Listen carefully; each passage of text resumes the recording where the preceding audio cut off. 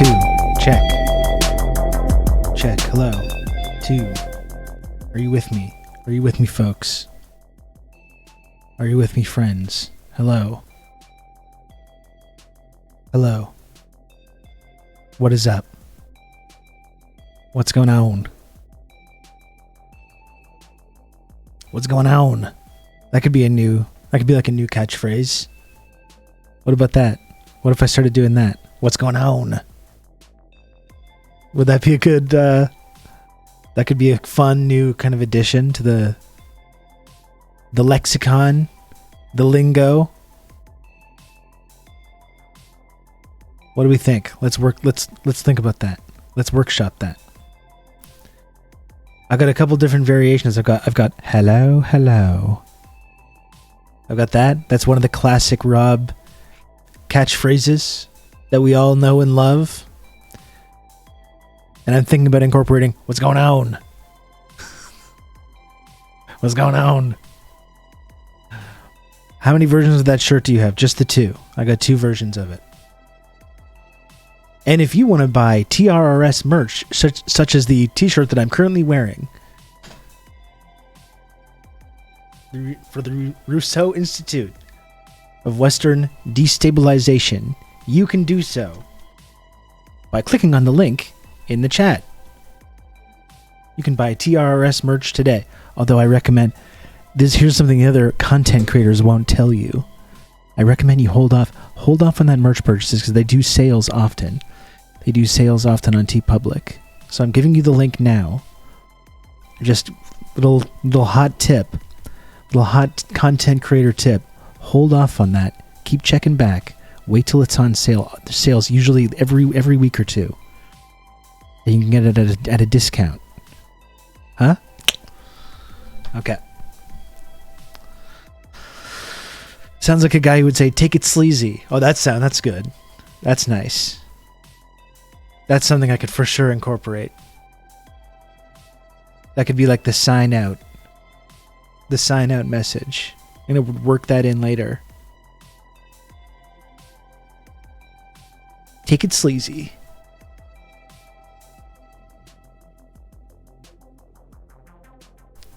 And combine some kind of like a dignified reporter thing. I could say good night, good luck, and take it sleazy. What about that? What if that was the new official outro?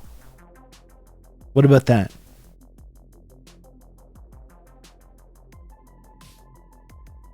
Could do some kind of jazz hands signal. The finger guns. And we'll work on it. We'll work on it. This is all just spitballing. That's what creativity is all about. You got to just throw ideas out there sometimes. I guess the finger guns are a classic. They already are a classic Rob gesture. Official TRRS gesture. I can't even remember what I was doing in that. I think I was talking about watching the film Broken Arrow and talking about John Woo. It was like a John Woo thing.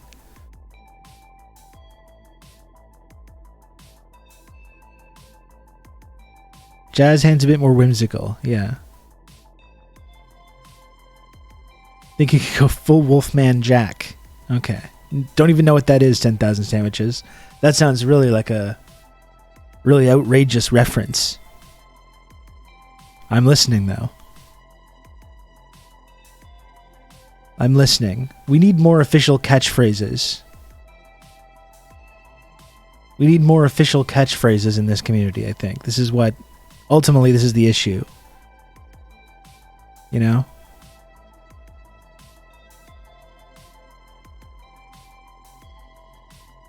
How are you all doing? What's going on? A catchphrases aside, what is actually going on? I hope you're doing well. It's going to be another really good show today. It's another really incredible edition of the Rob Rousseau Show. Today, coming on the program, is Aaron Good.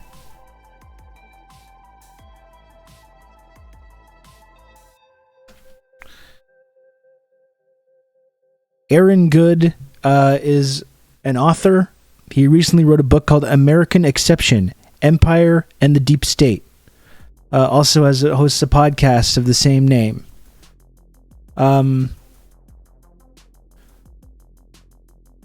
I got connected with Aaron like a few weeks ago when I did that. I went to that event with Oliver Stone.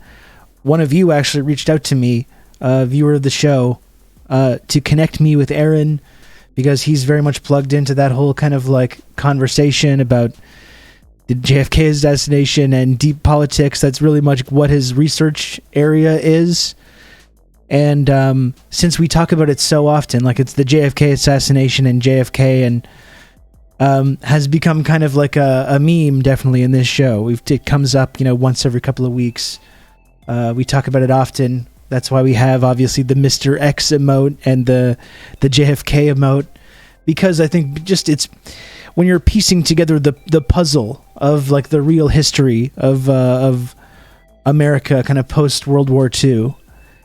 The JFK assassination is just such an incredible sort of inflection point, where I think not just America, but the whole world kind of could have gone in one direction, and it was kind of violently yanked in this very hyper-specific direction. And we've seen all the foreign policy atrocities that we talk about that took place from 1963 on. Not that there wasn't already atrocities happening, but a lot of that strategy can be traced back to the JFK assassination.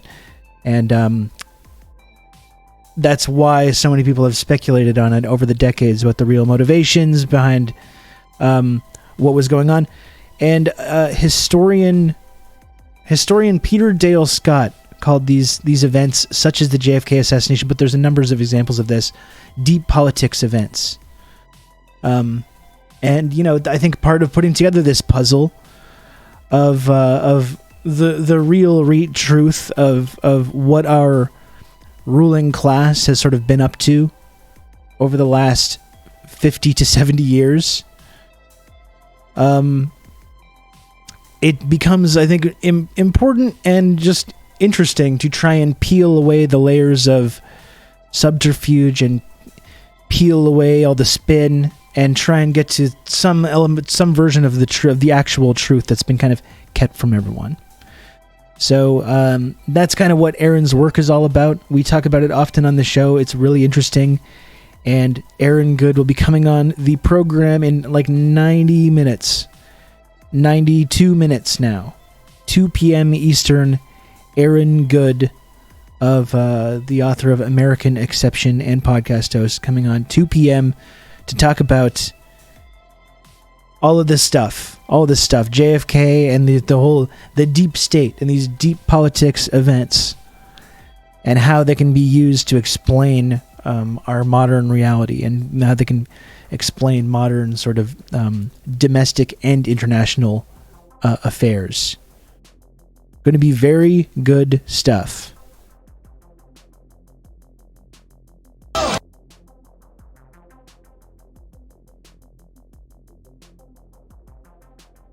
Very, very good stuff. You can count on me.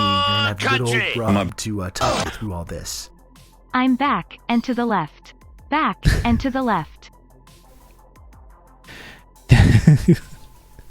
Thank you for the Wolfman Jack. Maybe I could go in that direction. I don't know. Right now I'm too low energy. The thing about like 80s talk radio is that there was a lot of cocaine involved, frankly.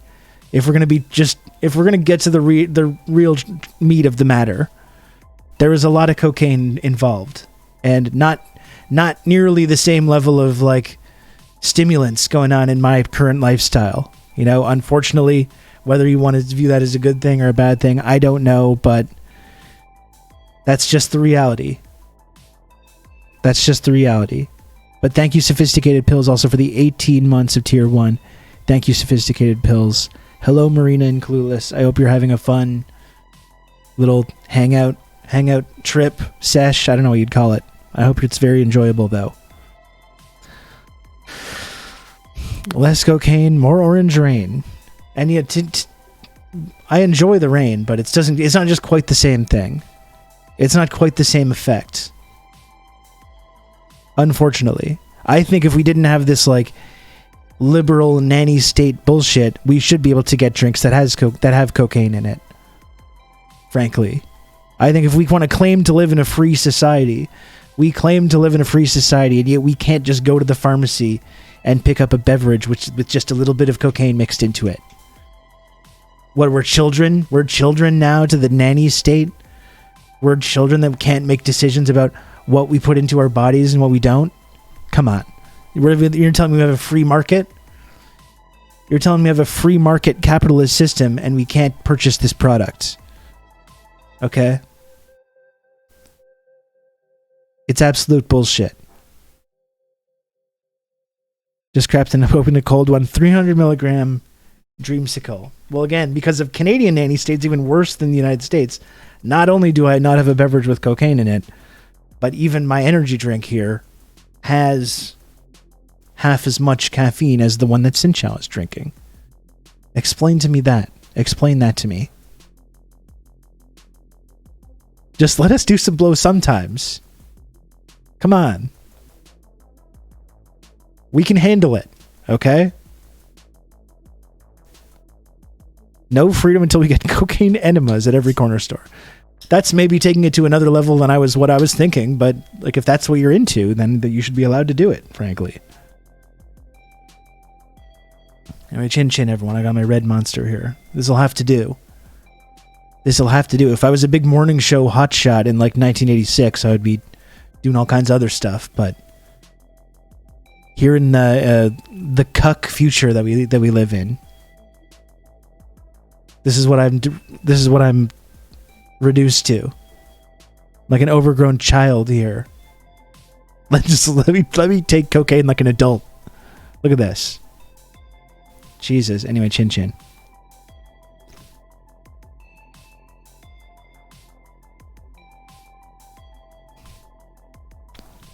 Can't even have a big soda. Horrible. Pepsi Max Mango here. Oh, interesting. That sounds nice. That sounds very nice.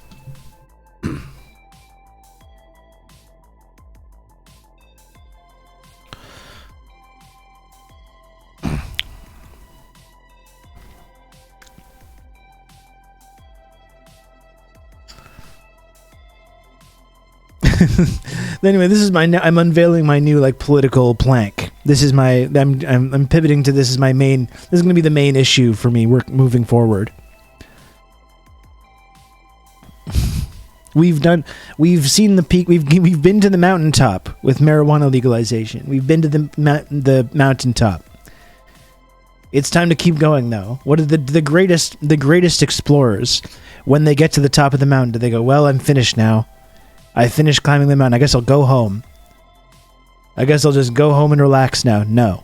That's not what we're about. We're about pushing things forward. Okay?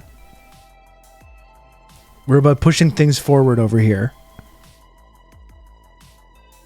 That's why I'm going to make easy access to cocaine my number one political project. From this point forward. If Rob Wensley's we're going to bring back lewds. Thank you. Thank you. We're bringing back lewds, folks. Freedom means you can't do anything about ingesting microplastics, but you absolutely cannot do any drugs. So you can do some drugs, but only the ones that the man says is okay to do. Only the ones that the man allows you to. Oh, thank you. Thank you, sir. Thank you for generously allowing me to ingest a certain kind of plant. Oh, thank you. How nice of you. How generous. Ooh, thank you.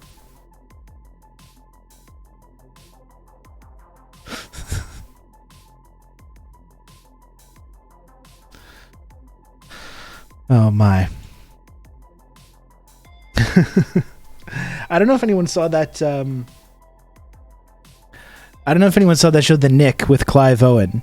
That was, even though medical science was, a century behind where we are now and nowhere near good enough, the accessibility of all kinds of in crazy drugs they were way ahead of us at that time. They were way ahead of us. Behind in terms of like learning how to wash their hands and stuff, yes, but in terms of getting really good drugs at all times, easy accessible and affordable, they were lapping us. They're playing us for absolute fools. These Victorians. These fucking Victorians are out partying us. We're here in 2022 and we're getting out partied by these like stodgy weirdos. How sad is that? What has happened to our generation? When you're getting out partied by the Victorians.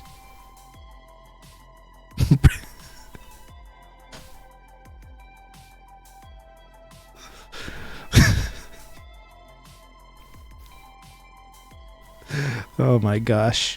You know what I have to do? I've got to do a tweet to remind people that Aaron Good is going to come on this one. Stopping by the soda fountain for a bit of a boost. Yeah, just pick up some like morphine, whatever, you know.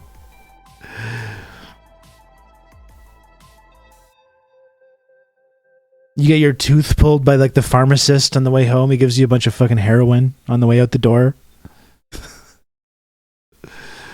It was a simpler time, right? There was no bureaucracy, no wait. You didn't have to wait.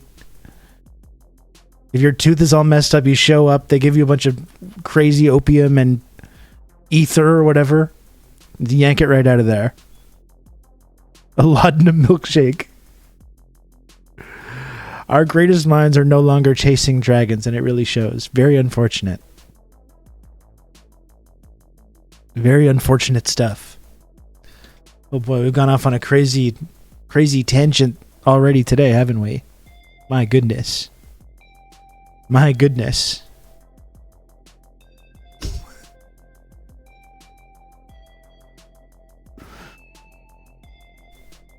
Twitter is just pictures of space right now, and I'd like to say I don't care for it. Perhaps you should look at some of the space pics. I'm kind of transfixed by all these space pics. It does make me feel a little uncomfortable. It does make me feel slightly uncomfortable. It's frustrating to like look at this image, you know, they're releasing all kinds of new crazy shit today. We can take a look at it in a moment. In this one pixel, there's like fucking 1,000 or tens of thousands of different galaxies, probably with all kinds of advanced civilizations and entire civilizations worth of like culture and knowledge and science, and we're here on the earth and just everything is so stupid. All the summation of all those billions and billions of years, and we're just here just like in this absolutely ridiculous stupid world where we literally live on this paradise planet where we're all supposed to just be like hanging out by the pond all day and like eating fruit. And there's enough for us to just be able to do that. That's all we're supposed to do. And we're supposed to just like shack up in the winter and have a fire and just like kind of relax. And then go out and just hang out by the lake all day. And what are we doing? Why am I in my basement doing this? What is this? Just funneling toxic microplastics into all these like beautiful, pristine nature preserves. This miracle, this absolute miracle that we're blessed with, the infinitesimal odds that we could be blessed to exist in this miracle planet, this miracle life-giving orb, in this vast ocean of nothingness.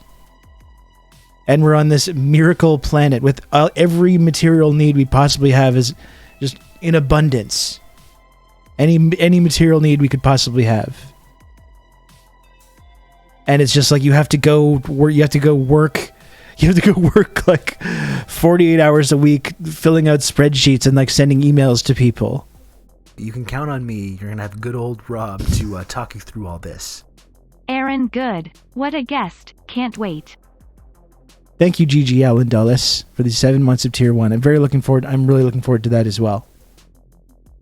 That should be good stuff.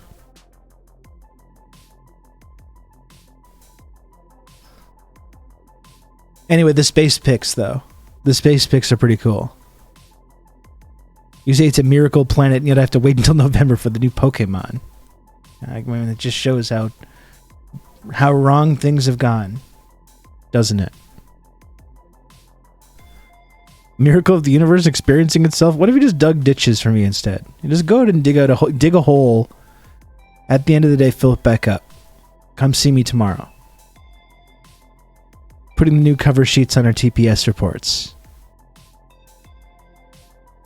I thought we told you that the official font was supposed to be Calibri moving forward. Didn't we decide? I know, because I went back and checked. I saw that you were CC'd on the company-wide email that we would be switching to Calibri.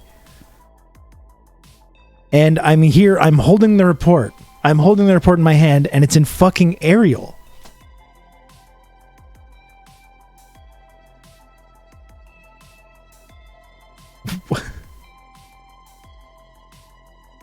You don't deserve to have a home now. I've decided. You no longer deserve to have a home.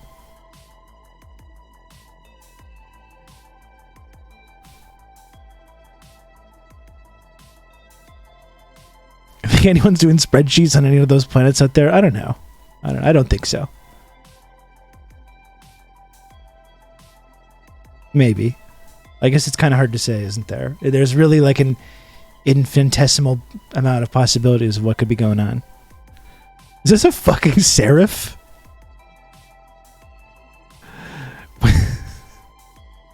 Calibri is a mid font. It was just the first one to come to me. It was just the first one to come to me for this bit. Oh, Sinaticus, not you again. What is this? Sinaticus, I'm going to be honest with you. I don't understand a fucking word that you're saying. Let's just lay all our cards out on the table here, okay? Let's lay all our cards out on the table. I don't fucking understand a word you're saying, my friend. I don't understand. Like, what you just wrote to me, my brain doesn't even make sense of it when I look at it. It just looks like a big block of, like, nothingness. That's all it looks like to me. I don't know. I don't understand. I don't ever think about what you're talking about. I don't find it interesting. It's not doing anything for me. It's not. And now look at all the chat now. Now it's unbelievably hard to understand what's going on.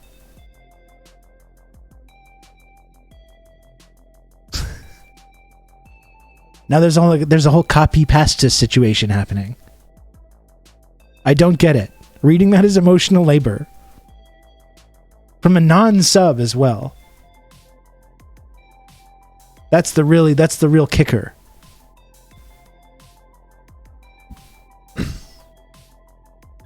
Jesus.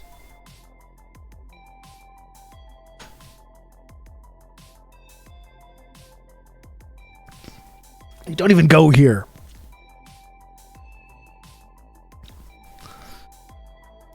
Let's talk about how achieving a high enlightened state of consciousness will open up new business opportunities.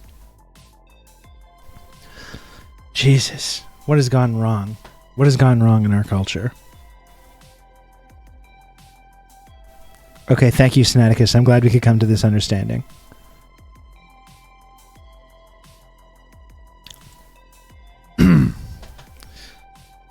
Wish I had an answer for you. I think there's other Twitch streams that probably deal with these kinds of issues. This is not one of them.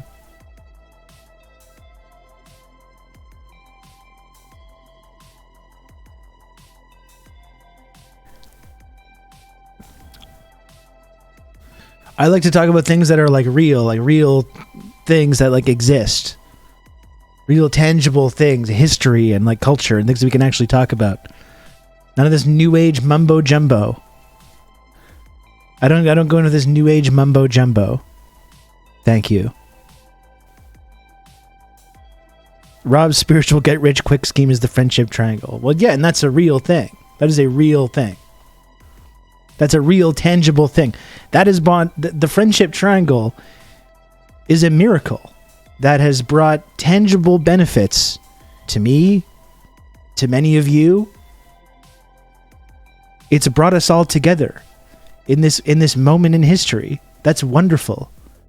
That's an incredible thing, okay? That's a real thing.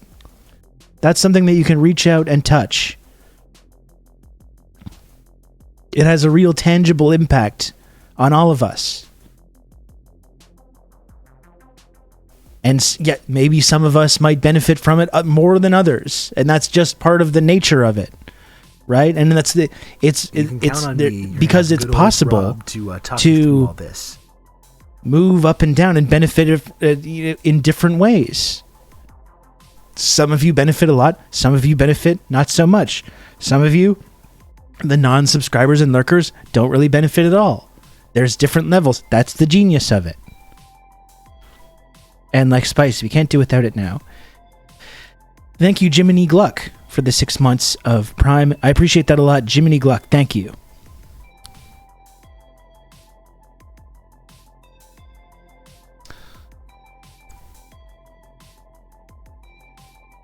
Listen, having this physical thing that brings us all together like that, it's not free, okay? Okay, it's not just this kind of stuff just doesn't just emerge miraculously out of nothing. Okay? Just so that's clear. Okay, I really need to. If you haven't been pricked by the triangle, I honestly feel bad for you. Thank you, Sam. I agree with that.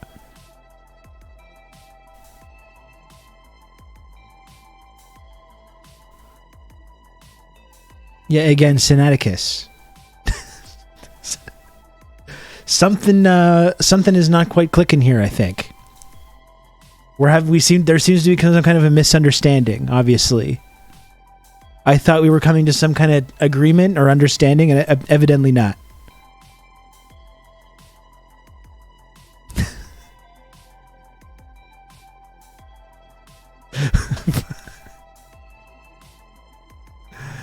Okay. Just talk amongst yourselves.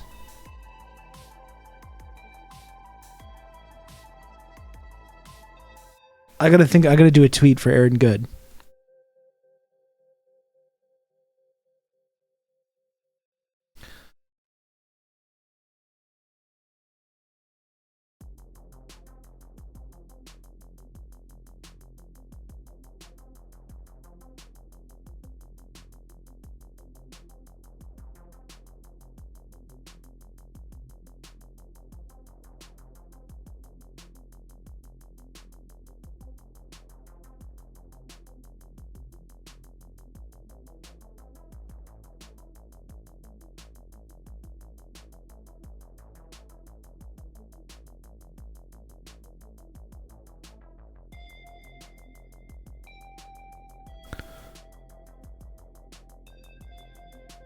So how about the weather?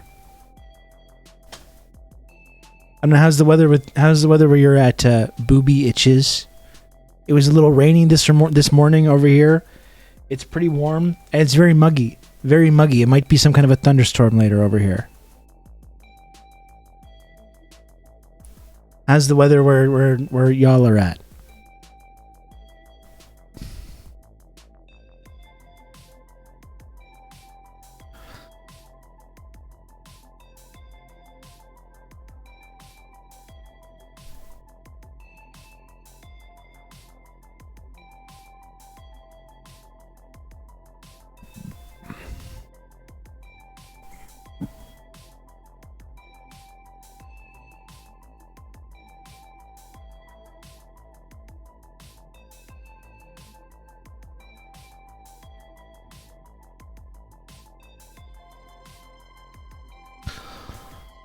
This is one thing that I didn't really prepare for.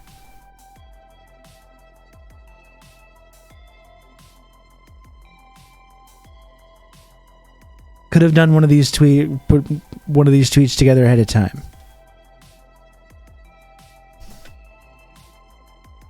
Just finding like an image I can throw on here.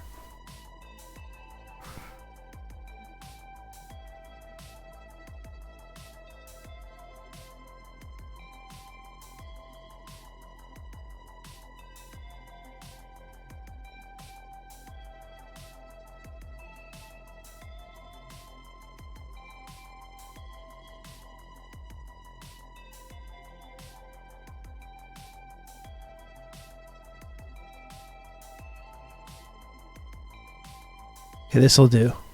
Thank you for bearing with me here. Let's just be one moment.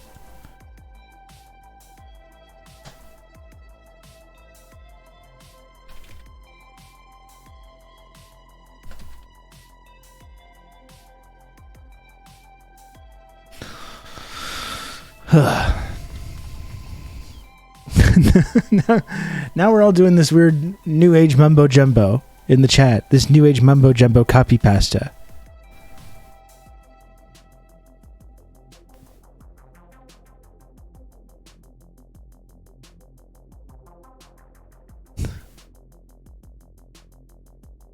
Thank you, Marina. Thank you. I appreciate that.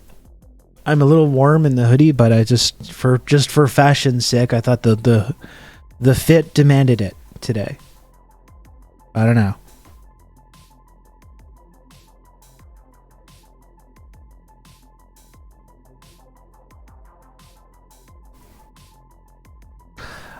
It's interesting too because like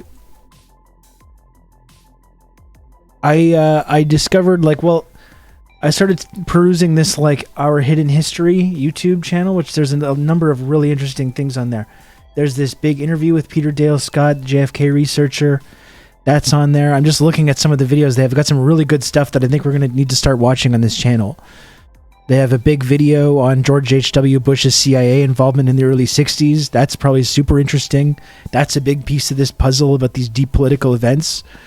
The way George H.W. Bush was literally like embedded in civilian government and was literally given like a career, just handed a career after being a intelligence operative for all the early 60s, all at this exact time all this shit was going on, and immediately following gets embedded right into the civilian government, goes right up to all the way to the presidency of the United States. And then his literal son is later the president of the United States. Wow, there's another deep political event that happens, which also results in this large shift in U.S. foreign policy and a massive uptick and increase in creating these massive intelligence bureaucracies and a massive blank check to the weapons contractors. The JFK assassination and 9/11 are kind of historical mirrors in that respect, in that they both represented this drastic lurch into this like a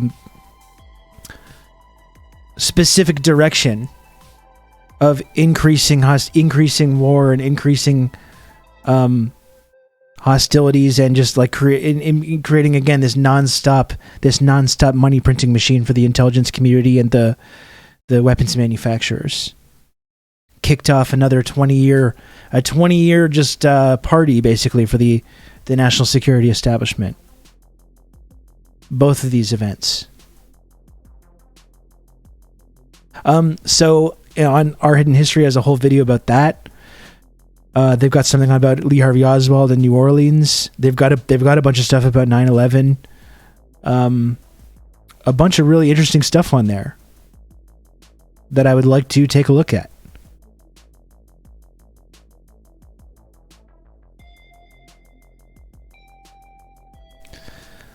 In fact, so Aaron's coming on in 1 hour, and I'm wondering if we could just jump right into talking about this kind of stuff. In fact, I think we probably should. Bumbling Empire, just a series of big oopsies and coinky dinks. That's right. And remember, anytime you start noticing any of these unfortunate oopsies and coinky dinks, that's when you get called what? A conspiracy theorist, an extremist, a radical.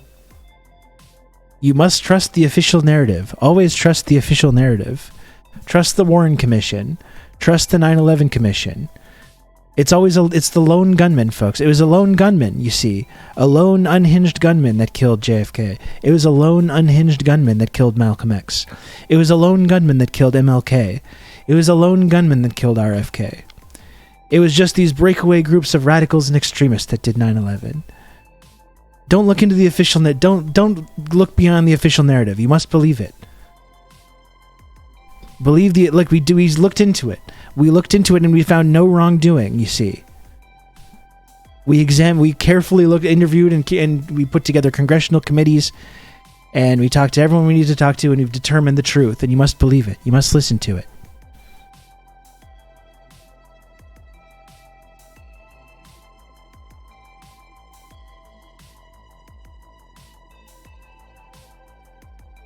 Just one disaffected Mooney. Abe, R.I.P. Bozo. Abe. That's right.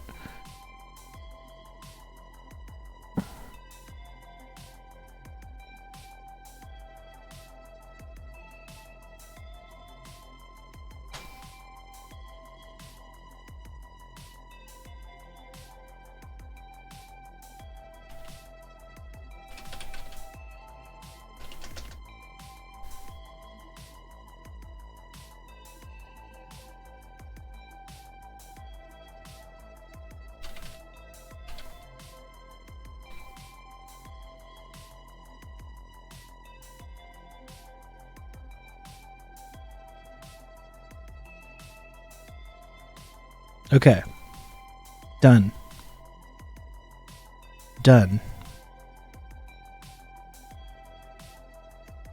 I have tweeted.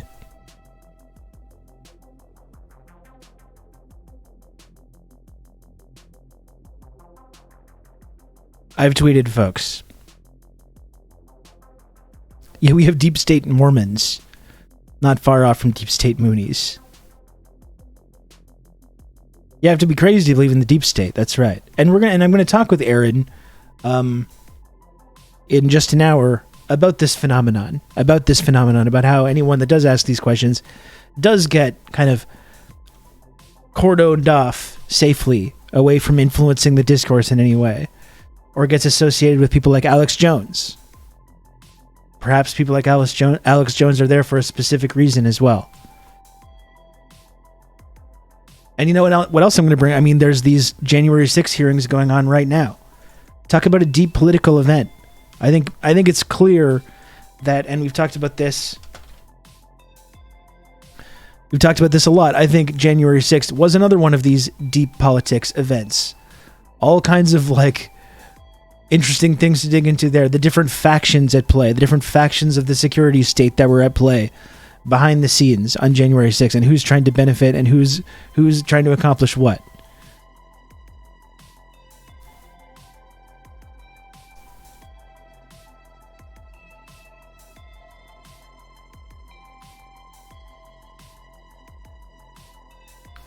So this should be a very cool show. So here's what I'm wondering. Aaron's coming on in 1 hour. Since we're talking about this deep politics stuff, maybe we should just start off. He's coming on in 1 hour. Maybe we should just start off looking at some kind of interesting video here. Like one of these videos I was talking about. Perhaps we should. Just wondering if we should focus on JFK or focus on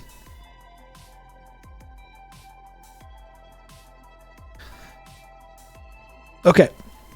Here's a good video to look at, I think. This should be good stuff. Okay? This should be really good stuff. Let's get this started. Aaron Good is going to be coming on in 1 hour. Before he comes on, let's watch this video.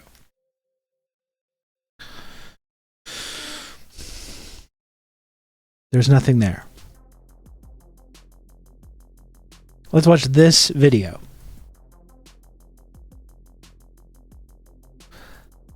Which is very much related to what we'll be talking about with Aaron Good in just 1 hour from now. This is from 3 years ago. Peter Dale Scott, a historian and JFK researcher. I talk with Peter Dale Scott from Our Hidden History YouTube channel, talking about some of these deep political events. He's the one that kind of coined this phrase. These deep political events: the JFK assassination, Watergate, Iran-Contra, 9/11, number of other. There's countless examples, but I think I'm going to talk to this, but I think we gravitate to JFK for very specific reasons. But there's a number of examples. So let's listen to Peter Dale Scott talk about some of these deep politics events, and then in 1 hour we'll talk to Aaron Good, author and podcast host of American Exception, to talk about this stuff. So here's Peter Dale Scott.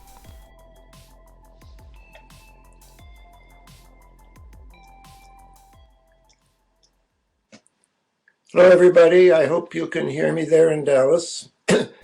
I wish I could be with you. I think that what COPE is doing is more important than ever now that we're in the midst of such major problems in America. And my talk today, I hope, will try to begin with JFK and end with where we are now.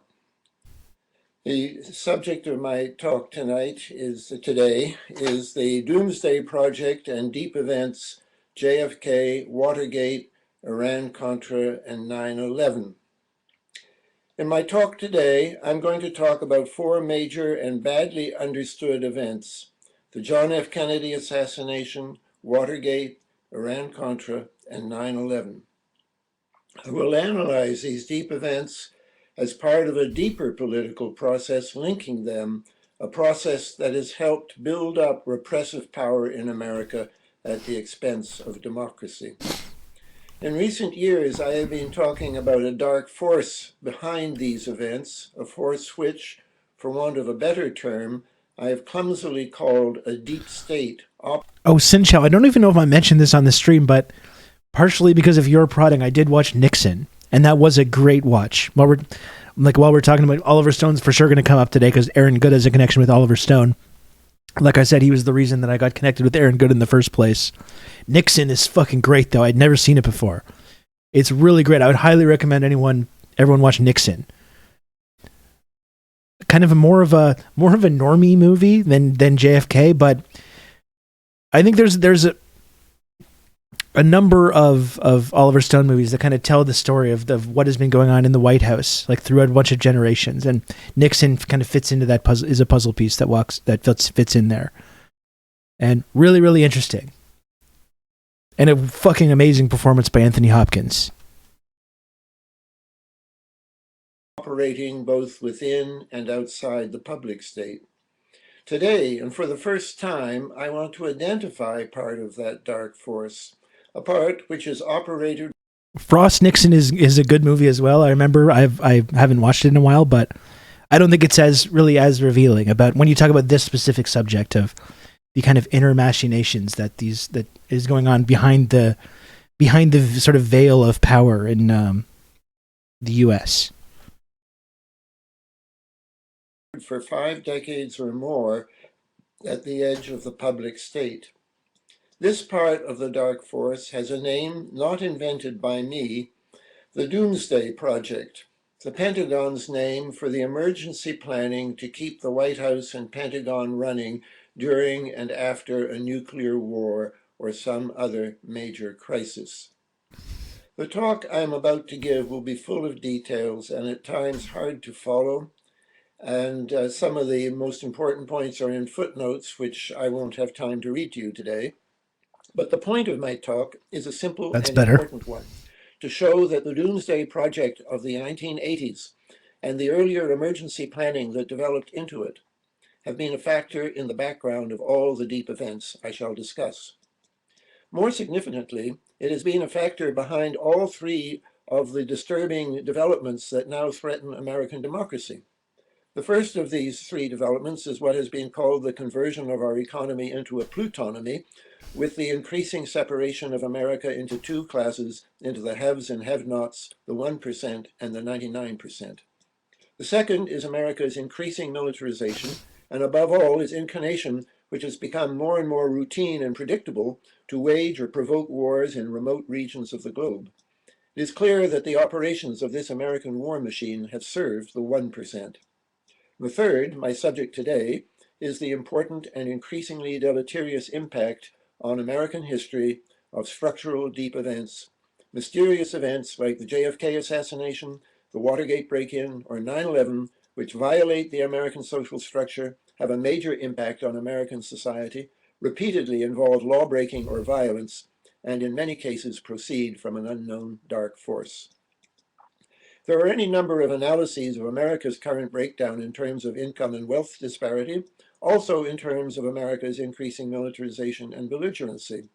What I shall do today is, I think, new, to argue that both the income disparity and the belligerency have been fostered significantly by deep events. We must understand that the income disparity of America's current economy was not the result of market forces working independently of political intervention. In large part, it was generated by a That's good, systematic and HTA. deliberate ongoing That's good. That's what we want. That's the reaction we want. So we're on the right track, it seems.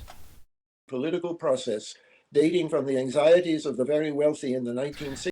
Siparusk, you don't need to be mean to people. The cool J in the chat is just joking around. Okay? No need to take anything personally there. Okay?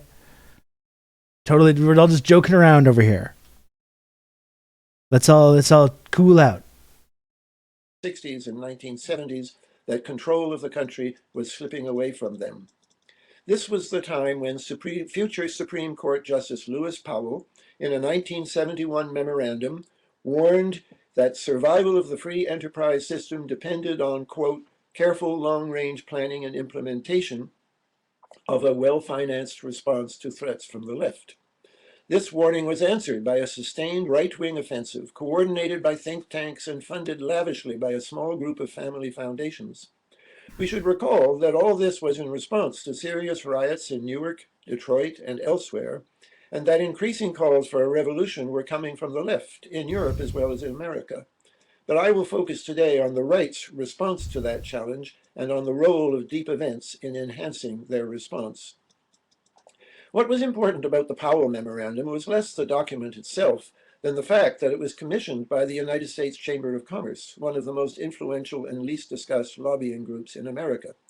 And the memorandum was only one of many signs of that developing class war in the 1970s, a larger process working both inside and outside government, including what Irving Kristol called a, quote, intellectual counter-revolution, close quote, which led directly to the so-called Reagan Revolution.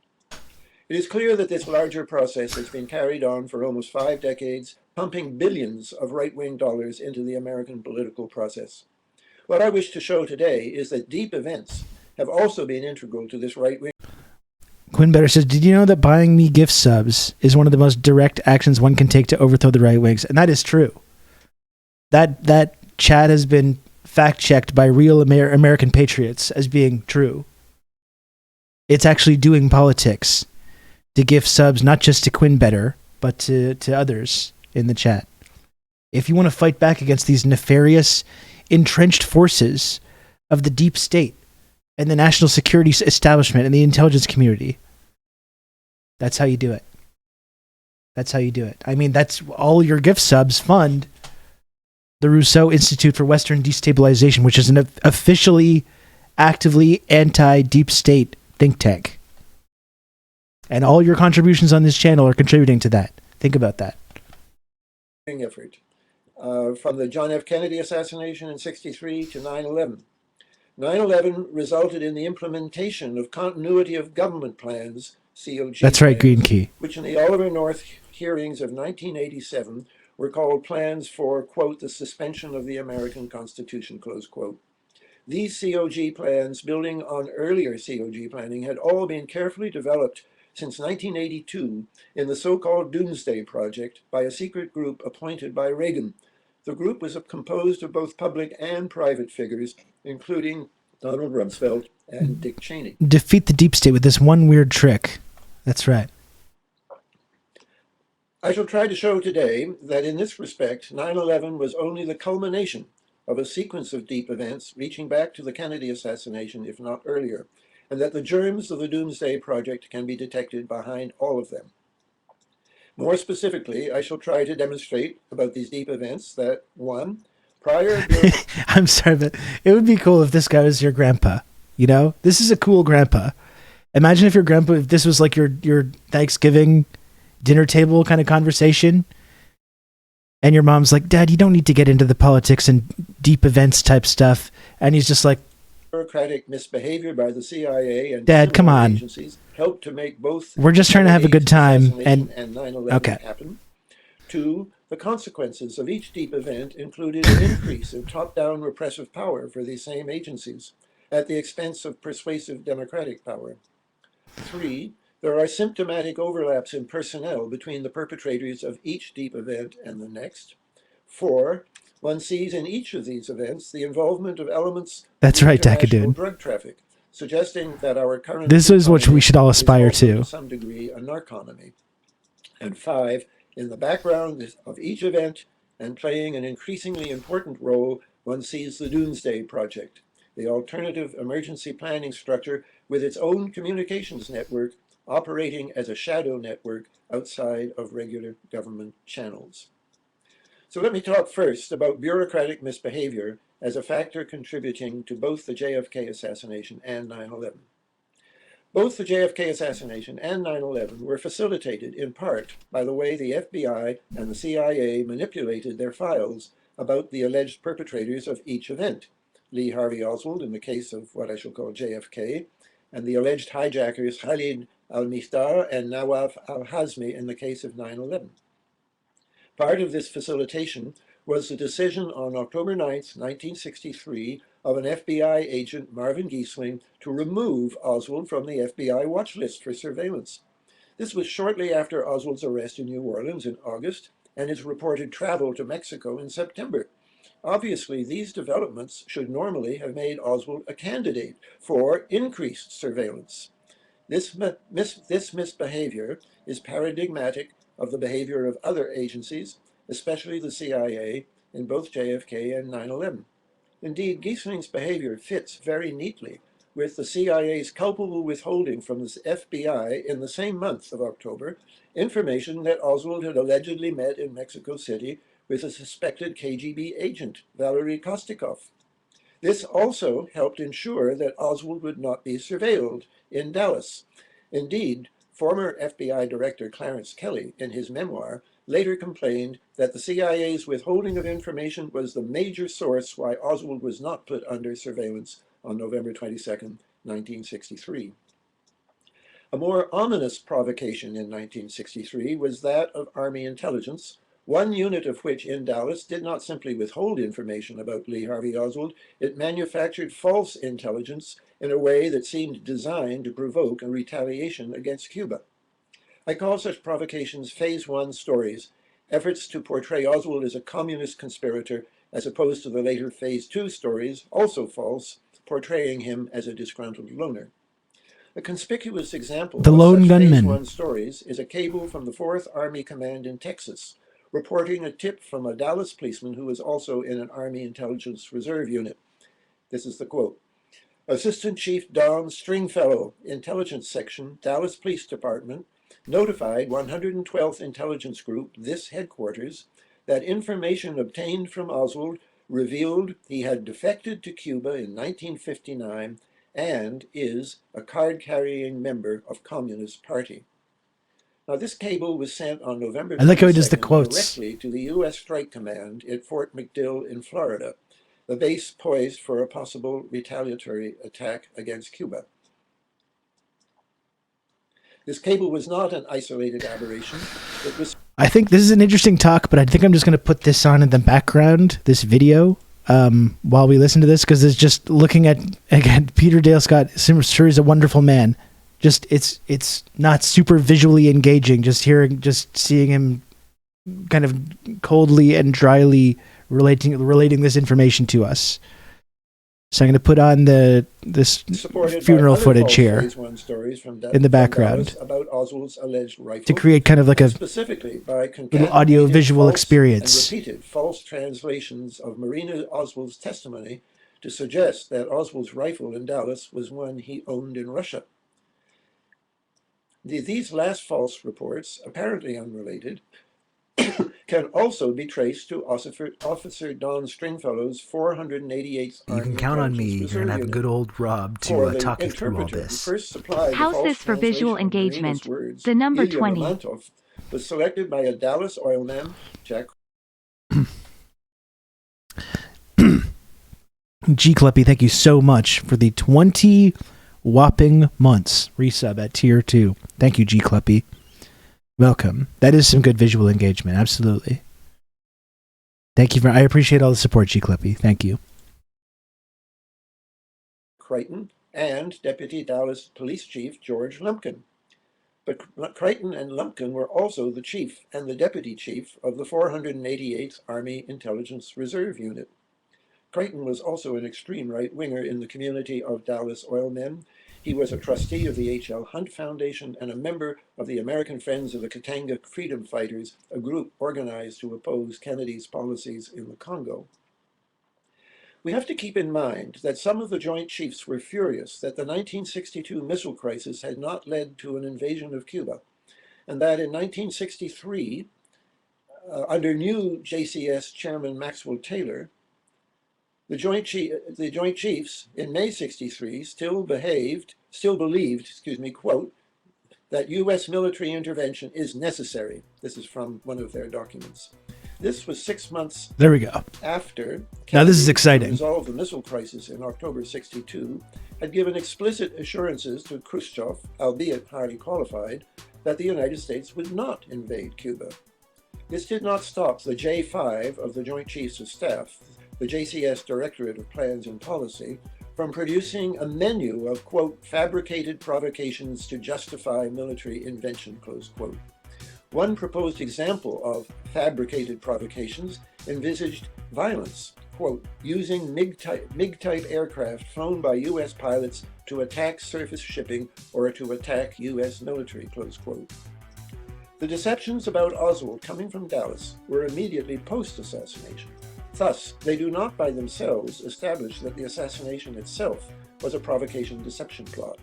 They do, however, reveal enough about the anti-Castro mindset of the 488th Army Intelligence Reserve Unit in Dallas to confirm that it was remarkably similar to that of the J5 the preceding May, the mindset that produced a menu of fabricated provocations to attack Cuba.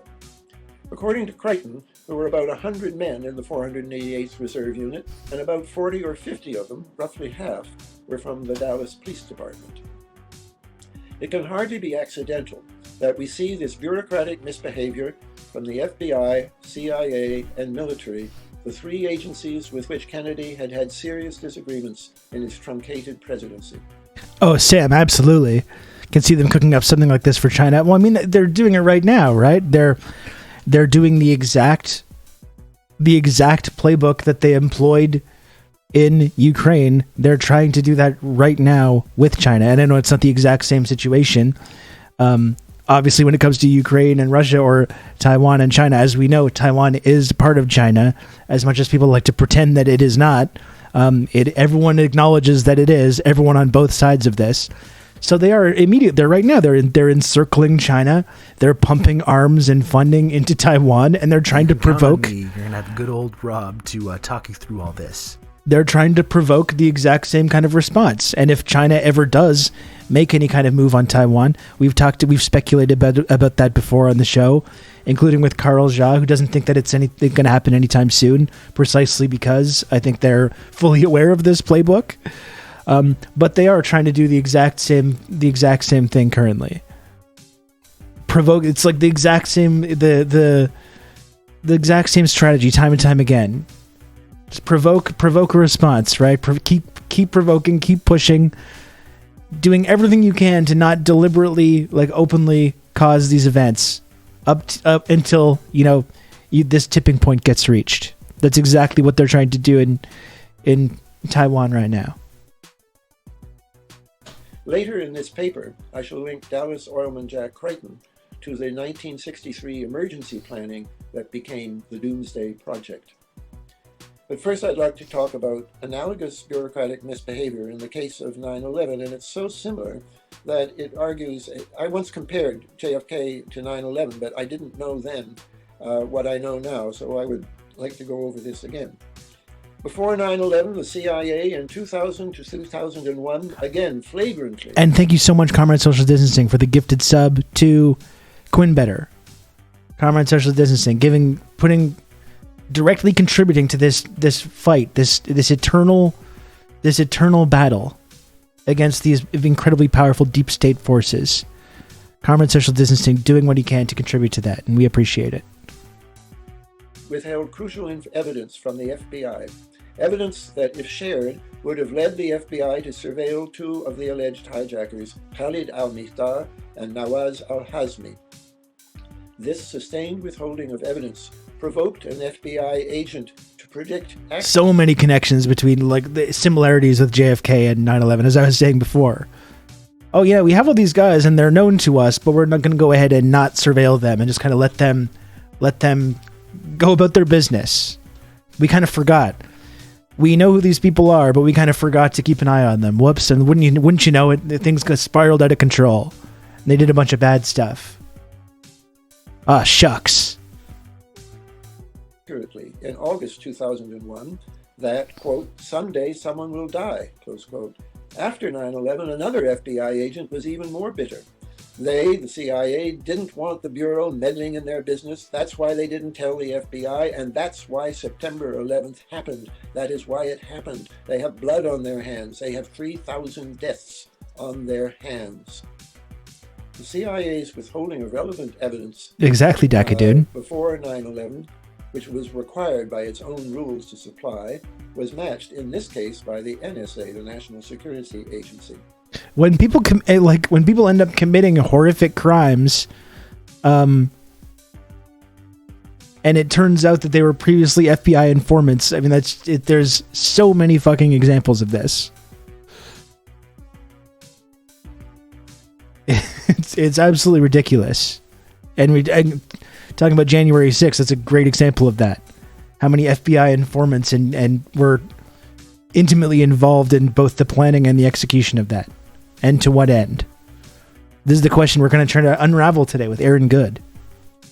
Without these withholdings, in other words, neither the Kennedy assassination nor 9/11 could have developed in the manner in which they did. As I wrote in American War Machine, it would appear that Oswald and later al-Mihdhar had at some prior point been selected as designated subjects for an operation.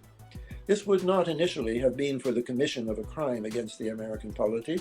On the contrary, steps were probably taken to prepare Oswald in connection with an operation against Cuba, and al-Mihdhar, I suspect, for an operation against al-Qaeda. But as exploitable legends began to accumulate about both figures, it became possible for some witting people to subvert the sanctioned operation into a plan for murder that would later be covered up. And at this point, Oswald, and by analogy al-Mihdhar, was no longer just a designated subject, but now also a designated culprit. Kevin Fenton, in his exhaustive book, Disconnecting the Dots, has since reached the same conclusion with respect to 9/11. This is a quote from him. It's remarkably like mine, although quite independent. He said that by the summer of 2001, the CIA purpose of withholding the information had become to allow the attacks to go forward. A very serious charge, but it's the one that I also made. Fenton has also identified the person chiefly responsible for the misbehavior. CIA officer Richard Blee, chief of the CIA's Bin Laden unit. Blee, while Clinton was still president, had been one of a faction inside CIA pressing for a more belligerent CIA involvement in Afghanistan in conjunction with the Afghan Northern Alliance. This then happened immediately after 9/11, and Blee himself was promoted. Yes, it did. The new chief of station in Kabul. Weird. Now, if I had the time, he really benefited from that, didn't he? How CIA and NSA and that faction certainly benefited. The second Tonkin Gulf incident contributed to war with North Vietnam. I will spare you the details of this withholding, which can be found in my book American War Machine, pages 200 to 202. But Tonkin Gulf is similar to the Kennedy assassination and 9/11 in that manipulation of evidence helped lead America, in this case very swiftly, into war. By now, historians such as Frederick Logeval have agreed with the assessment of former Undersecretary of State George Ball that the U.S. destroyer mission in the Tonkin Gulf, which led to the Tonkin Gulf incidents, was, quote, primarily for provocation, close quote. Of course it was. This provocative mission. Again, the same thing. It's provoking a response. Doing everything up a fucking invading somewhere, provoking a response, and then capitalizing on the provocation. Time and time and time again. We see it over and over and over again when you start noticing this pattern. Which is, and there's a lot of kind of like, when you talk about the rise of fascism in different societies, that's always part of the story.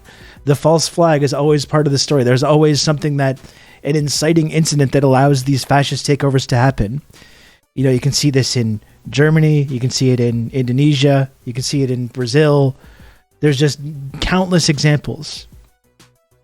And oftentimes these kinds of inciting incidents are also provoked, or they're often just completely invented from whole cloth. Often being carried out by military officers, like in Indonesia, for example, who are trained in the United States, trained by these intelligence services to do this exact thing. Just countless examples of this. From the J5 of the Joint Chiefs of Staff, the same unit that in 1963 had reported concerning Cuba that, quote, the engineering of a series of provocations to justify military inventions is feasible, close quote. The NSA and CIA suppression of the truth on August 4th, 1964 was in the context of an existing high-level but controversial determination to attack North Vietnam.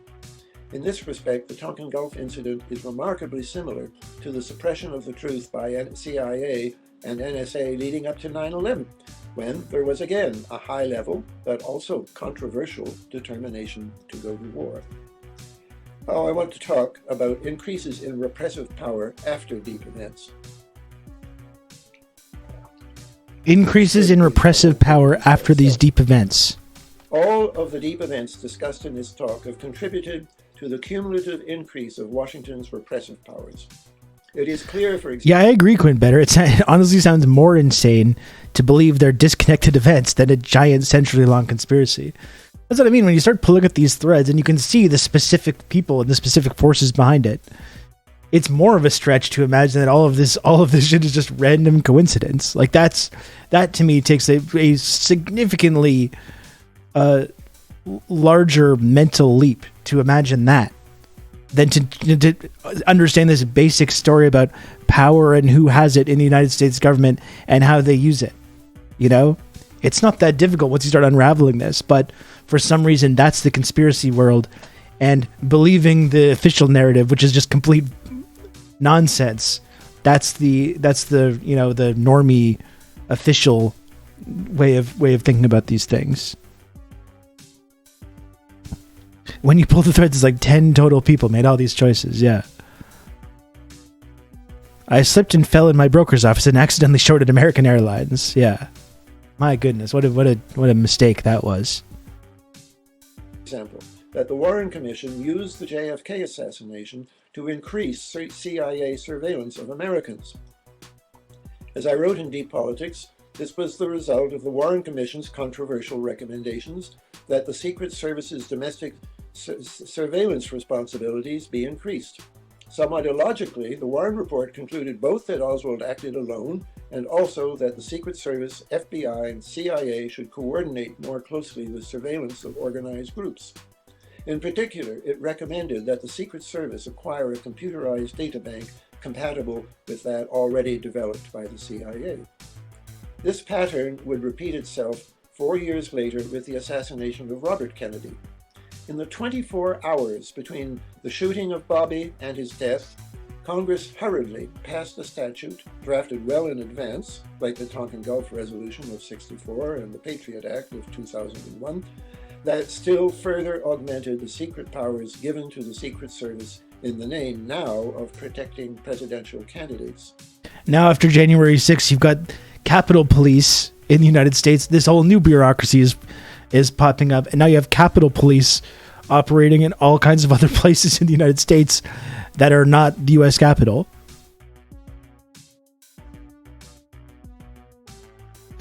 Mentioned casually in conversation on the weekend about how it was the CIA that got JFK, and definitely got the look from a friend on the weekend. I mean, like, it's amazing the propaganda that's led to things to that point, to make it seem like this complete outlier. Again, you credit to Oliver Stone as well for completely normalizing a lot of this stuff. It's amazing, even with the film JFK, which I think it's really hard to watch that film, which is a mainstream film, a very successful film. It's really hard to watch that and walk away from it being like, oh no, this is all just a conspiracy theory, and there was one lone gunman, and that was all, and that was the official story. I mean, even if you don't believe sort of the theories that are posited in this film, it is really hard to walk away from it still thinking that the official narrative is something you should pay attention to. So that's for any normies that are not sure about this. I think that's the best way in for it too, because it's a popular mainstream film, and it's extremely difficult to watch it and not come away with it with a whole bunch of serious questions about these deep politics events. So for normies that are skeptical about it, I would recommend watch that. If you ever get the look, if they start looking at you like you're crazy when you're talking about it, just like watch the fucking Oliver Stone movie. There's a few clips on YouTube you can watch that'll probably like at least get you to ask yourself some serious questions about it. This was not a trivial or benign change. From this swiftly considered act, passed under Johnson, flowed some of the... Actually, Stone, it's amazing because like Stone did make a 9/11 movie. What was it even called? What was the Oliver Stone 9/11 movie? It's with Nicolas Cage. And it's interesting it's interesting too because Stone I feel like got a little bit soft. I would have liked to see a real a early 90s Oliver Stone go to tell a story about 9/11 with that kind of interrogation and that kind of like willingness to challenge authority. But really his 9/11 movie is like, it's like a totally just like a kind of a sentimental movie about these Port Authority cops that get trapped under the building and get rescued. It's like a human tale of survival, and it's kind of jingoistic, which is kind of unfortunate, I think, for Stone. It's a well-made movie, but I don't even remember what it's fucking called. With Nicolas Cage, it's called World Trade Center. It's called World Trade Center. Yeah. It's kind of a missed opportunity from Stone there. It speaks to how even in the 10, 15 years following 9/11, there was a really strong effort to make anyone that was questioning the official narrative of 9/11 into a complete fucking wacko conspiracy theorist. To the point that I think it scared a lot of people off from asking questions, including me for a long time. I mean, so I kind of agreed with that anyone that engaged in that kind of like theorizing about it was just one of these total wackos. There was a very successful effort to cordon off anyone asking questions about that into this very specific group of conspiracy theory types, to the point that even with JFK it's like somewhat palatable, but it was not at all accepted. So I think it was a big missed opportunity, Oliver Stone's 9/11 movie. Yeah, all the focus on melting temperatures of steel beams and the whole fucking the deep politics aspect of it, and that gets kind of like pulled into that sort of narrative and just makes it all sounds ridiculous and crazy.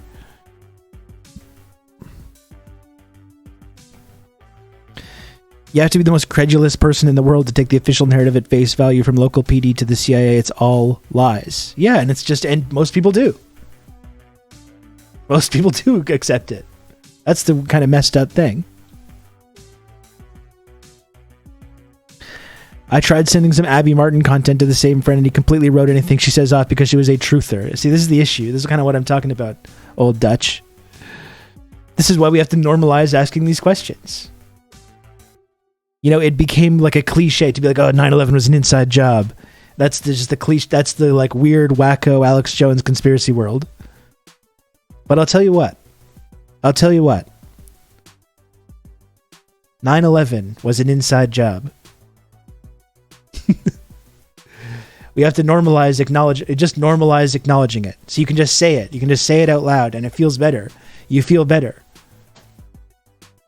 And then once you just accept that, then you can like have some kind of an understanding of it.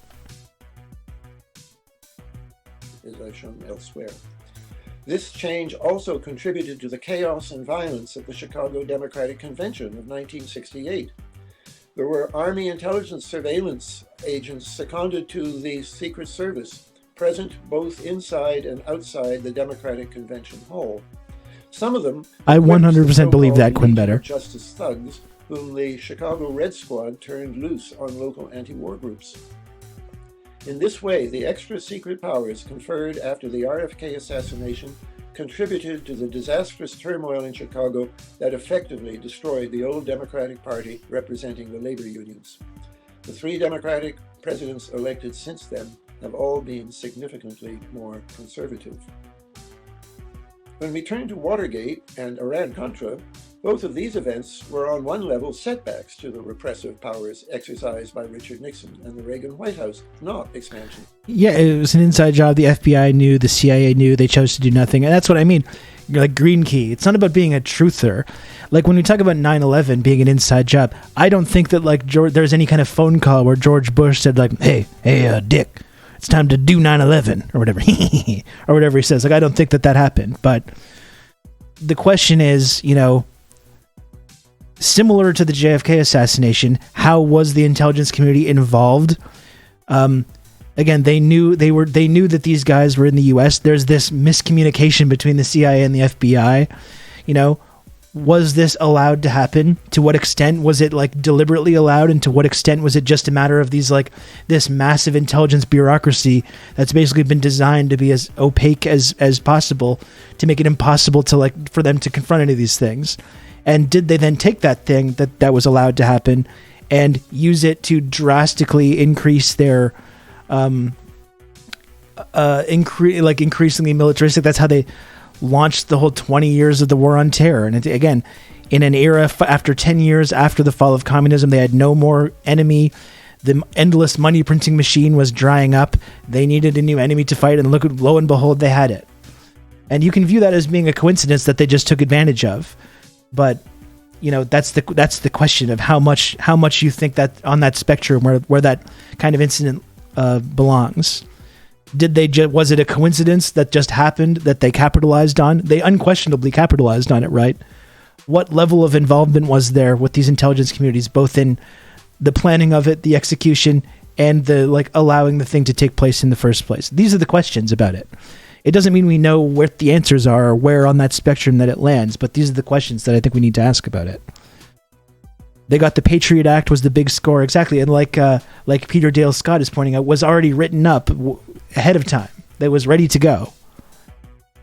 It was ready to go, ready to launch, And what you got? 7 new wars out of it. Just a massive surveillance panopticon. Massive new intelligence and security apparatus, bureaucracy, DHS, and all these other, and ICE, and all these things that were just created in the wake of that. It was just firing up the money printer once again. The money printer was getting rusty. The endless money printer, which just goes right into the coffers of these defense companies and these weapons manufacturers and these like intelligence bureaucracies. The money printer was getting a little rusty, and all of a sudden there's this massive event that just fire it right back up again. Fire the money printer right back up again. And create all these new bureaucracies and just have a big fucking bonanza for all these intelligence community types and these national security establishment figures and weapons manufacturers and all these people.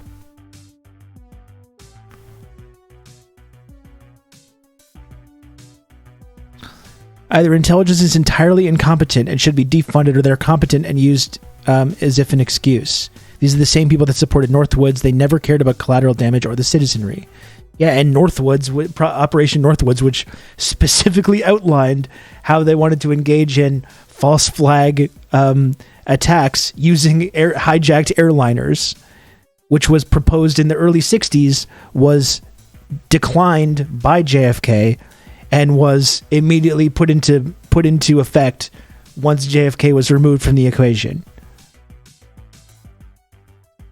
And Al-Qaeda just popped up out of nowhere, and it's like not just 9/11, but there was also the USS Cole attack on vessels, naval vessels, also part of Operation Northwoods, also about the part of the justification for Vietnam, also part of the justification for building up Al-Qaeda and all these terrorist groups and kicking off the war on terror.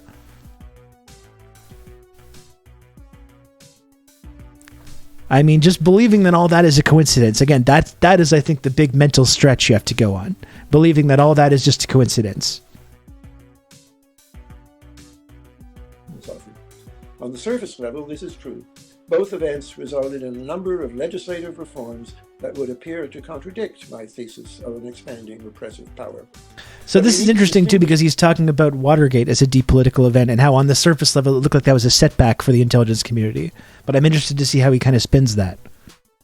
Here between the 2 years of the Watergate crisis and the initial Watergate break-in. The Watergate crisis saw a president forced into resignation by a number of forces involving both liberals and conservatives. But the key figures in the initial Watergate break-in itself, Hunt, McCord, G. Gordon Liddy, and their Cuban allies, were all far to the right of Nixon and Kissinger. And the end result of their machinations was not finalized until the so-called Halloween massacre in 1975, when Kissinger was ousted as National Security Advisor and Vice President Nelson Rockefeller was notified that he would be dropped from the 1976 Republican ticket. This major shakeup was engineered by two other right-wingers, Donald Rumsfeld and Dick Cheney, in the Gerald Ford White House. That day in 1975 saw the permanent defeat of the so-called Rockefeller or liberal faction within the Republican Party, to be replaced by the conservative Goldwater-Casey faction that would soon capture the nomination and the presidency for Ronald Reagan. This little-noticed palace coup, along with other related intrigues in the mid-1970s, helped achieve the conversion of America from a welfare capitalist economy with gradual reductions in income and wealth disparity into a financialized plutonomy where these progressive trends were reversed. Again, in Iran-Contra, we see a deeper accumulation of repressive power under... I think that's an interesting angle, too, about Watergate as well, because Nixon was a right-wing figure who became such a villain, to like the anti-war movement. But, I mean, and there's compelling kind of stuff in the Oliver Stone's Nixon movie as well, about how he also was kind of outside this political system looking in, and how, like, there was this element of you can make this argument as well that Watergate was kind of one of these incidents, that it was kind of a coup, an internal coup. You know, Kennedy was assassinated and Nixon was kind of gotten out of his way in another way, but it still entrenched the power of the very same people, and it led directly to the Reagan Revolution, right? It set the stage for the Reagan Revolution to take place, which may not have happened with Nixon in power. Yeah, the anthrax attacks around 9/11. That's a whole other avenue of that. Incredibly bizarre. The surface of liberal reforms. At the time, not only the press, but even academics like myself celebrated the termination of aid to the Nicaraguan Contras and the victory there of the Contadora peace process. Not generally noticed at the time was the fact that while Oliver North was removed from his role in the Doomsday Project, that project's plans for surveillance, detention, and the militarization of the United States continued to increase after his departure. The CIA helped Nixon get elected, referenced in Devil's Chessboard. Well, absolutely. I mean, just get JFK being assassinated and RFK as well directly contributed to Nixon being elected in the first place. But that's it. It's like they're the the intelligence guys. They're the kingmakers, but they also have the ability to remove people that get in their way. You know, to what extent was Nixon in their way? I mean, that's something to dig into. But there is a compelling argument that they did, once he kind of lived up to his like usefulness for them, they kind of ditched him.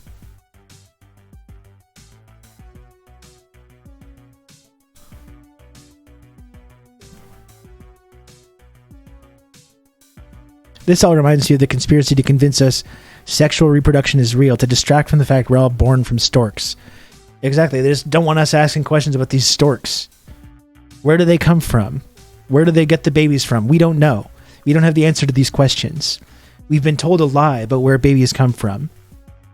And frankly, it's time to get to the bottom of this. Nixon went over their heads on foreign policy. I'm pretty convinced it's that simple. Yeah, I think it is that simple as well. And Nixon is like a monster in terms of like Nixon and Kissinger and the bombing of Cambodia is a horrific crime.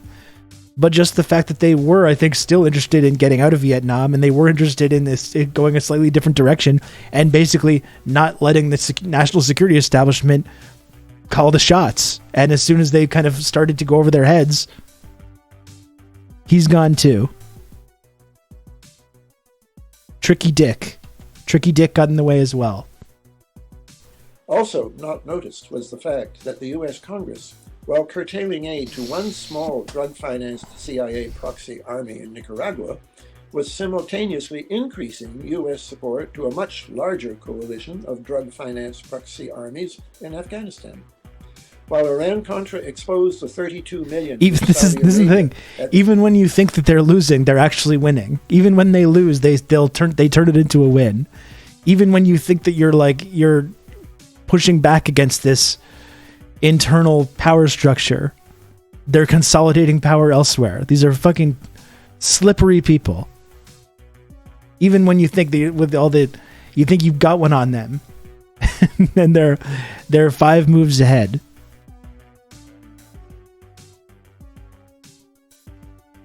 The urging of CIA Director William Casey had supplied to the Contras, not a word was whispered about the $500 million or more that the Saudis, again at the urging of Casey, had supplied in the same period to the Afghan Mujahideen.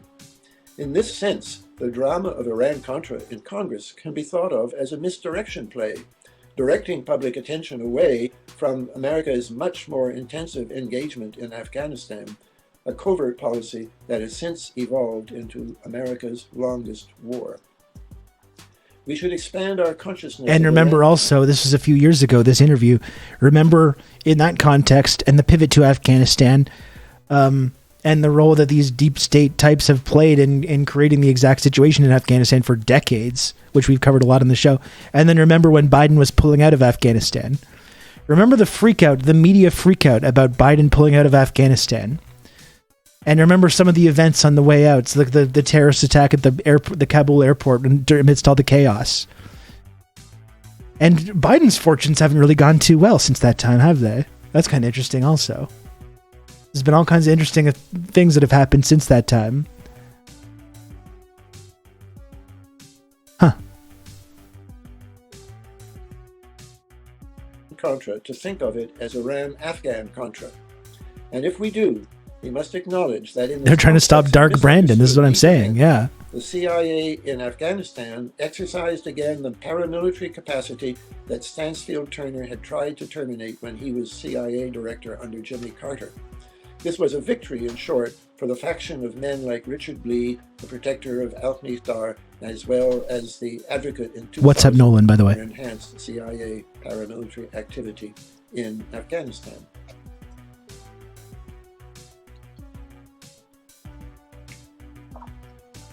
Now I'd like to talk about the personnel overlaps between the successive deep events. I will never forget the New York Times front page on June 18, 1972, the day after the Watergate break-in. There on page 1 were photographs of the Watergate burglars, including one of Frank Sturgis, alias Fiorini, whom I had already written about 2 years earlier in my unpublished book manuscript, The Dallas Conspiracy, about the JFK assassination. It's no coincidence that Justin Bieber's recent viral infection that paralyzed his face happened after the Afghan pullout. Think, chat, think! Dark Brandon was just too radical. Most progressive prez since FDR. He had to be stopped, that's right. It's because of the deep state that's stopping Dark Brandon from doing all the good stuff. That's why. I love you from Quebec, bro. Free your nation. Hell yeah, Hayzauer, thank you. I don't know. I'm not a federalist. I don't really care about Canada, but Quebec separatism is kind of like not not really something that I'm super into. I mean, it's when we listen, Hayes Hour, call me when you got a Quebec separatist movement that's based in like socialism, and solidarity. Then I will be part of the Quebec separatist movement.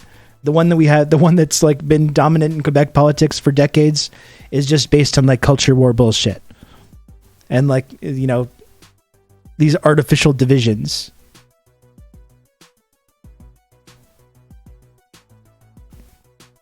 I'm an Ontario import to Quebec. I was actually born here at Kijiji Genie. I was born in Quebec, grew up in Ontario, and then transplanted back. I'm a sleeper agent. I'm a Quebec separatist sleeper agent. Sturgis was no nonentity. A former contract employee of the CIA, he was also well connected to the mob-linked former casino owners in Havana. My early writings on the Kennedy case focused on the connections between Sturgis and an anti-Castro Cuban training camp near New Orleans in which Oswald had shown an interest.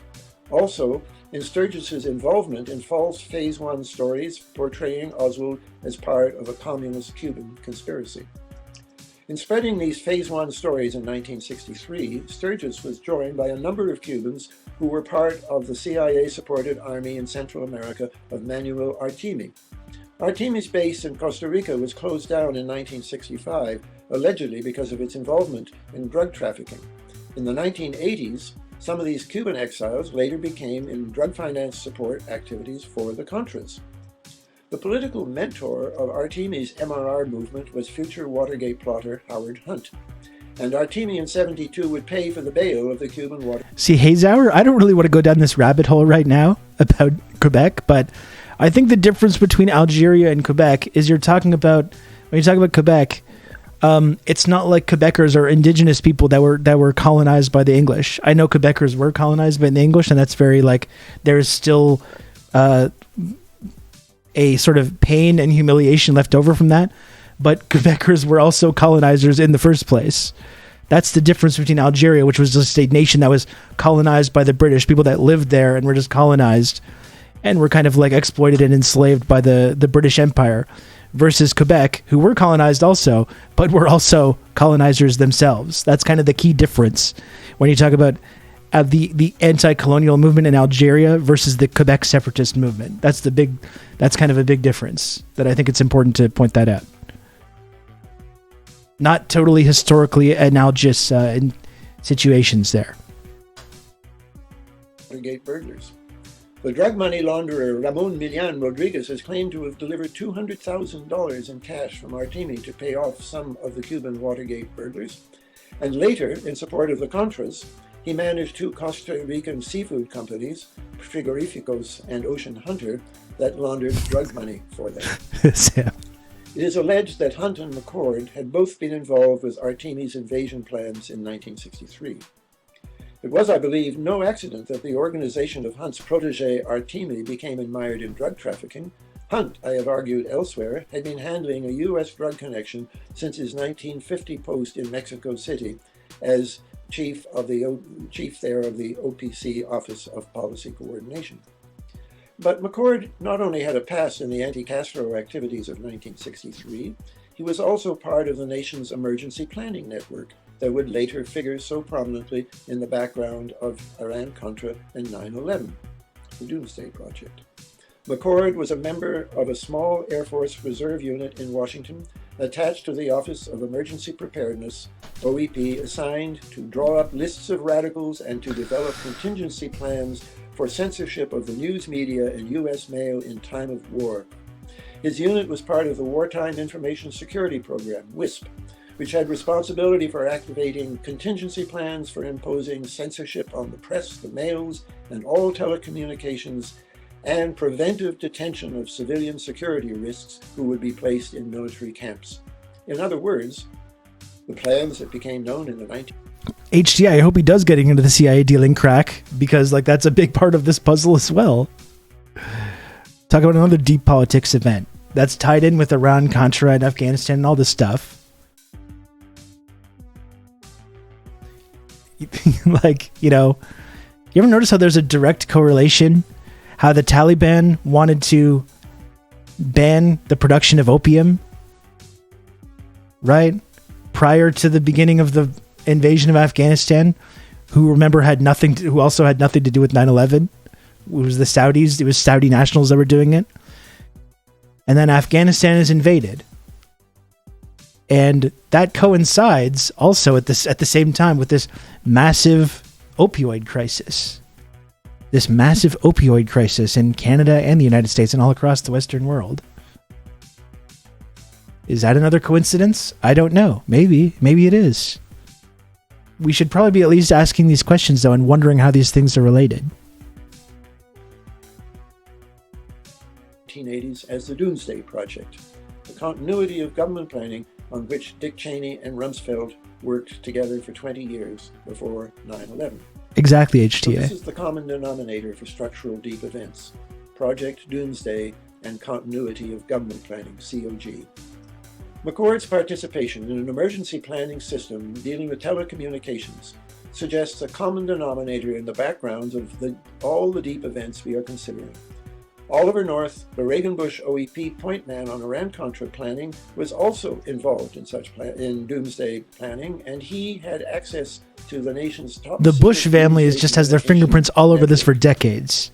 North Network... George H.W. from the early 60s to the early 90s was a significant player in all these deep events, and then his own fucking son is there for the next big deep event. And their grandfather, Prescott Bush, was a Nazi sympathizer also. Seems important to mention, considering how, in terms of these deep politics events and this deep state and these intelligence community types, how much Operation Paperclip factors into that as well. Alan Dulles, a big name behind all these events as well. Nazi sympathizer. The Dulles brothers were Nazi sympathizers. Integral to the establishment of these rat lines and Operation Paperclip following the war. Integral to the direction of the CIA since its foundation. And in the Kennedy assassination, Dulles was on the Warren Commission. Come on now. Come on, folks. Quote, excluded other bureaucrats with other opposing viewpoints and had its own special worldwide anti-terrorist computer network by which members could communicate exclusively with each other and their collaborators abroad. Flashboard was used by North and his superiors for extremely sensitive operations which had to be concealed from other hostile parts of the Washington bureaucracy.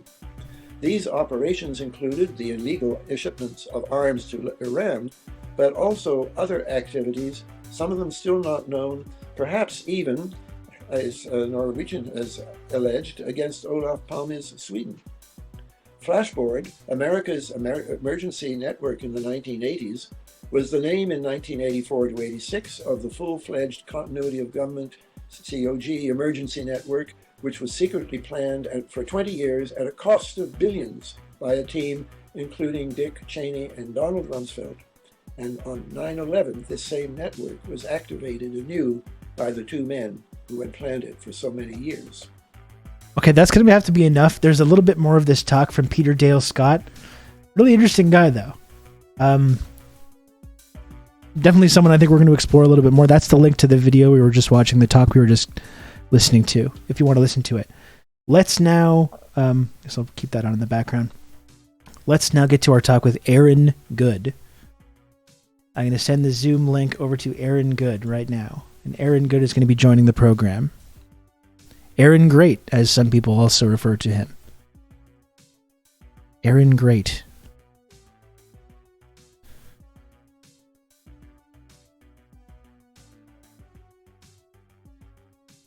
I open that. Whoops. Hold on.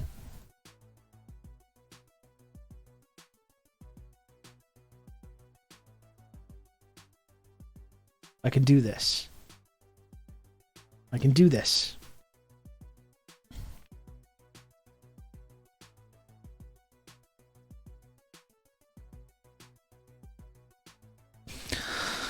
Okay.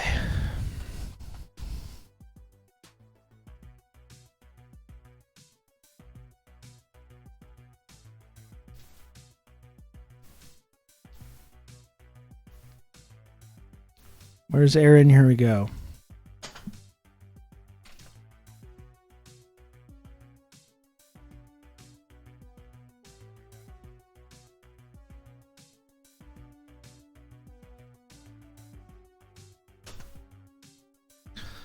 Okay, sent. Sent.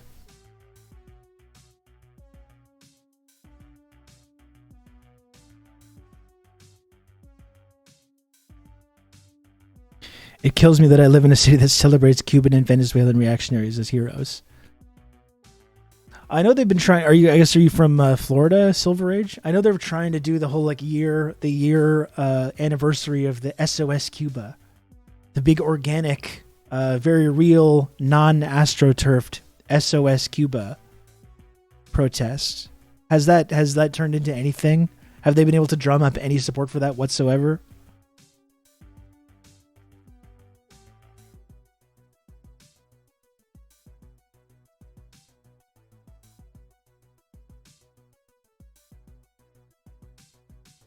Get my title going here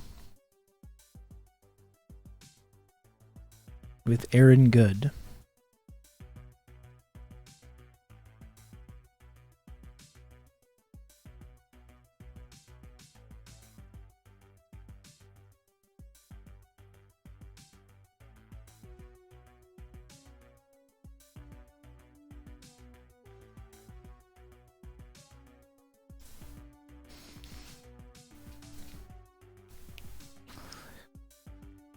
Aaron Good. I'll be here in just a moment. This is always the interesting moment for me when I've got to transition into doing the interview. And you got to keep filling up that dead air. Always filling up the dead air. Very important. By the way, what is going on in the Discord server? What is this new... Here's a question while we wait for Aaron Good to join us. What is going on in the Discord server? What is this new phenomenon with people in the Discord server for this channel, this community which I created? And listen, you all play a large role, obviously, in making this community an amazing place. But we got folks in the Discord server now just being like, who's this guy? Who's this guy, Rob? Who's this? Never heard of this guy. What's his deal? And it's like, this is literally the Discord community for this channel. I'm out here busting my ass 5 days a week here, creating in content for people that this community has formed around. And this guy's just like, who is this? I don't know who this guy is. Never heard of him. Doesn't sound familiar. Okay, Aaron Good's coming in here. Let me stop the music. Aaron Good is joining us now. I'm on my small text. Admit Aaron into the waiting room.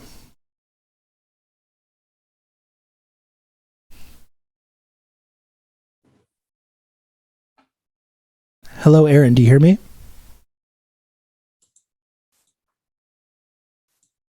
Hey, Aaron. Do you hear me? Yeah, hold on. Let me mess with my audio settings here. Okay.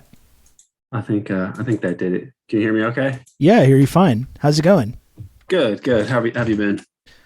We're doing all right. We're doing pretty good. Thanks for joining us. Aaron Good, everybody.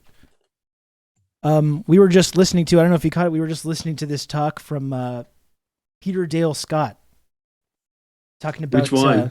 The one, it's from Our Hidden History, doing a talk on JFK, Watergate, Iran-Contra, 9/11, and these like deep politics events.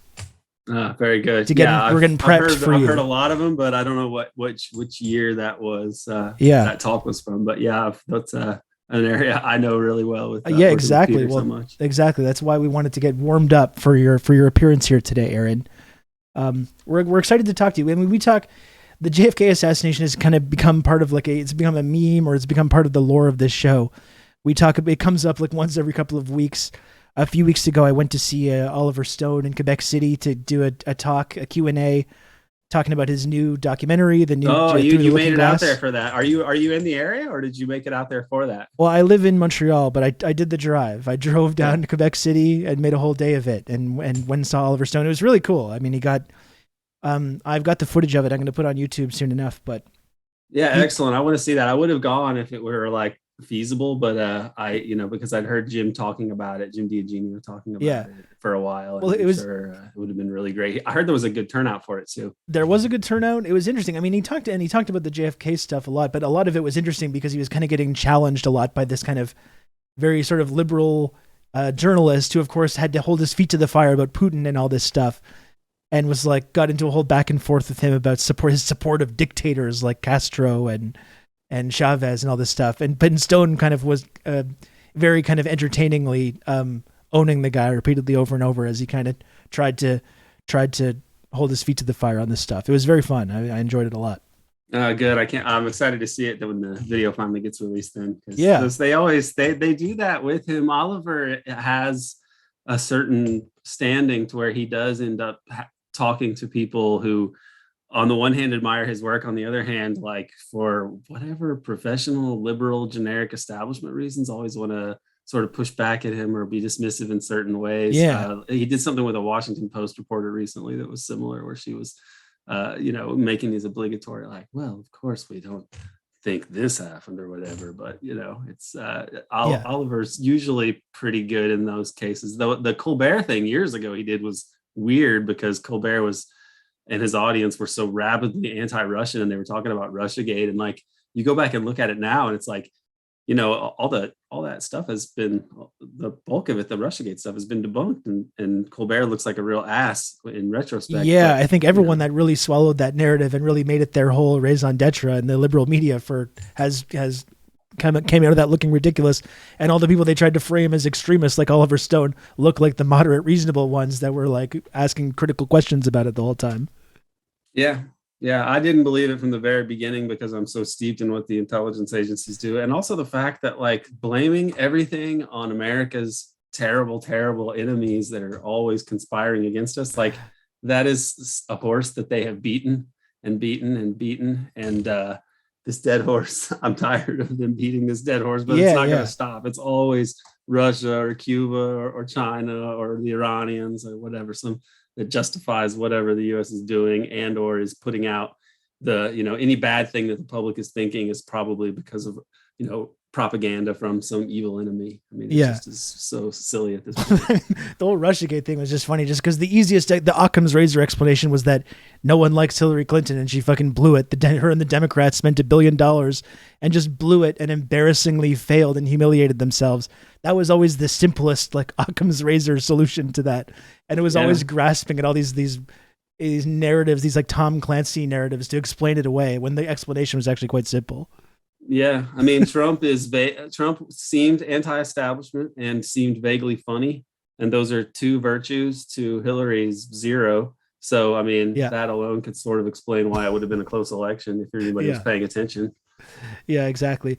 Well, listen, while we talked about Stone, I mean, that was why we kind of connected, because when I was going to that talk, someone from this viewer of this show reached out and connected us because of how into that kind of stuff you are as well. What's your connection with Oliver Stone? Like, I know he wrote a little blurb for your book. Like, what's that connection about? Well, years ago, I was at Temple University, and there was a professor there in the English department, which wasn't my department because I was working on getting my PhD in political science. But there was a professor there named Joan Mellon, who's retired. I mean, this was like one of her last years. And I sort of bothered her until she would talk to me. She was very friendly and very nice once we did meet. But I knew that she'd written the biography of Jim Garrison, a big one, and that she knew a lot about the Kennedy assassination. So I wanted to talk to her, and we became friends. And eventually I go and she's part of this conference at Rider University on the films of Oliver Stone. And I talk to the woman organizing it and basically say, like, yeah, I could contribute a paper here, I guess. And so I wrote something really quick, like mostly over the course of a day, and I read it at the conference. And Oliver Stone came later, and I gave him my paper, and he contacted me by email a few days later and said he really liked the paper. It was basically about how pivotal the Kennedy assassinations were in terms of America's post-war trajectory. And so I point out what changes were made after Kennedy left, And I talked about how Oliver Stone should be given some credit for having the courage to look at this case, because it's actually, I mean, if you've spent much time looking at the case, the thing that jumps out to you is like how much evidence there is and how weak all the evidence is on the other side, the forensic evidence, and then the evidence of what Kennedy was actually trying to do over the years that has emerged. It's just like, it's pretty overwhelming. And so I just went into all of these areas and became friends with Oliver, or friendly with Oliver, and also with Peter Kuznick, who I reached out to. And I was teaching high school, and Peter and Oliver agreed to help me or create this course, an elective course for seniors called Peace Studies of the American Century. And it used their Untold History of the United States as sort of the text, both the book and the documentary series. And we also watched a lot of films that dealt with U.S. imperialism, so in either good or bad ways. So they watched some what I would consider good films like JFK and The Parallax View and things like that. And they also watched things like Rambo 2, Zero Dark 30. I had some people watch Air America, which was that terrible Mel Brooks who's the other guy, Robert Downey Jr., like buddy movie, except it's really about the Air America's cocaine or heroin trafficking operations in Southeast Asia, but they turned it into like a buddy comedy. It's atrocious, but it's historically worthy because they put that in a film. And then I was in contact with Jim D'Eugenio and Oliver around the JFK time they were making the JFK documentary, and I really wanted to be in that. I was interviewed for it, and they put me in the film. I'm only in for a little bit. It's more of a cameo. I think that I have more of what I said is actually in the book version that's coming out, because I spoke more about the Wall Street connections to the CIA and C. Wright Mills power elite and the creation of the post-war national security state, the military industrial complex creation, all these things. So but they really only put in the film, if you've seen the longer version of the documentary, I'm in it for maybe 30 seconds or so, talking about, of all things, Operation Vulture, which was the plan to use nukes to save the French at Dien Bien Phu. And so I am in the film for that, but not for very long. But it's a crazy story. They wanted to nuke the communists somehow. And it was like the French were eventually like, no, this isn't going to work. You can't nuke them and not nuke us. So please don't do that. Then I've been in, I helped organize this. Basically Abby Martin and I worked together to plan for this interview that she did with Oliver at Oliver's home. It was a joint production between my podcast, American Exception, and Abby Martin's Empire Files. They made a video of this. It's on YouTube. It was doing really well in terms of getting views. It got close to 200,000. And then Oliver actually tweeted something about it, saying, hey, watch this video. Immediately, YouTube basically censored it. They put it like under super adult restrictions, or said it violated US or whatever terms. Yeah. It was ridiculous. It didn't do anything. There was no real logic behind it, but they're a dictatorship, YouTube is. So, and they're pretty much an arm of the regime. So after that, that kind of stopped, which is really frustrating for me, because, I put time and even some money into trying to get this produced for us in the podcast and Abby's Empire Files. And then they just screw us that way. So that's something we've covered a lot, like in the wake of the Russia-Ukraine conflict escalating. The way that's been used, talk about a deep politics event, the way that then that's been used to crack down on censorship and to like crack the whip on these social media companies, whether it's YouTube or Twitter or Twitch or whatever, and like acting as an arm of the security state and having these like NGO-backed think tanks going into these social media sites and determining who is spreading misinformation and what qualifies as misinformation, and taking whatever narrative that runs counter to the official United States government approved narrative about this or other events. All of a sudden they have the power to just totally remove that stuff. It's been really alarming to see that kick into high gear, and to see most people like supporting it, being like, yeah, it's good that they're doing this. And I think it's a great thing. It's scary to witness this happen, this escalation. Yeah, no, liberals. I don't even know really how you would define a liberal these days, because the word liberal is related to like liberty, freedom, And free speech is supposed to be kind of the main principle that they would value above all else and believe, is sacrosanct.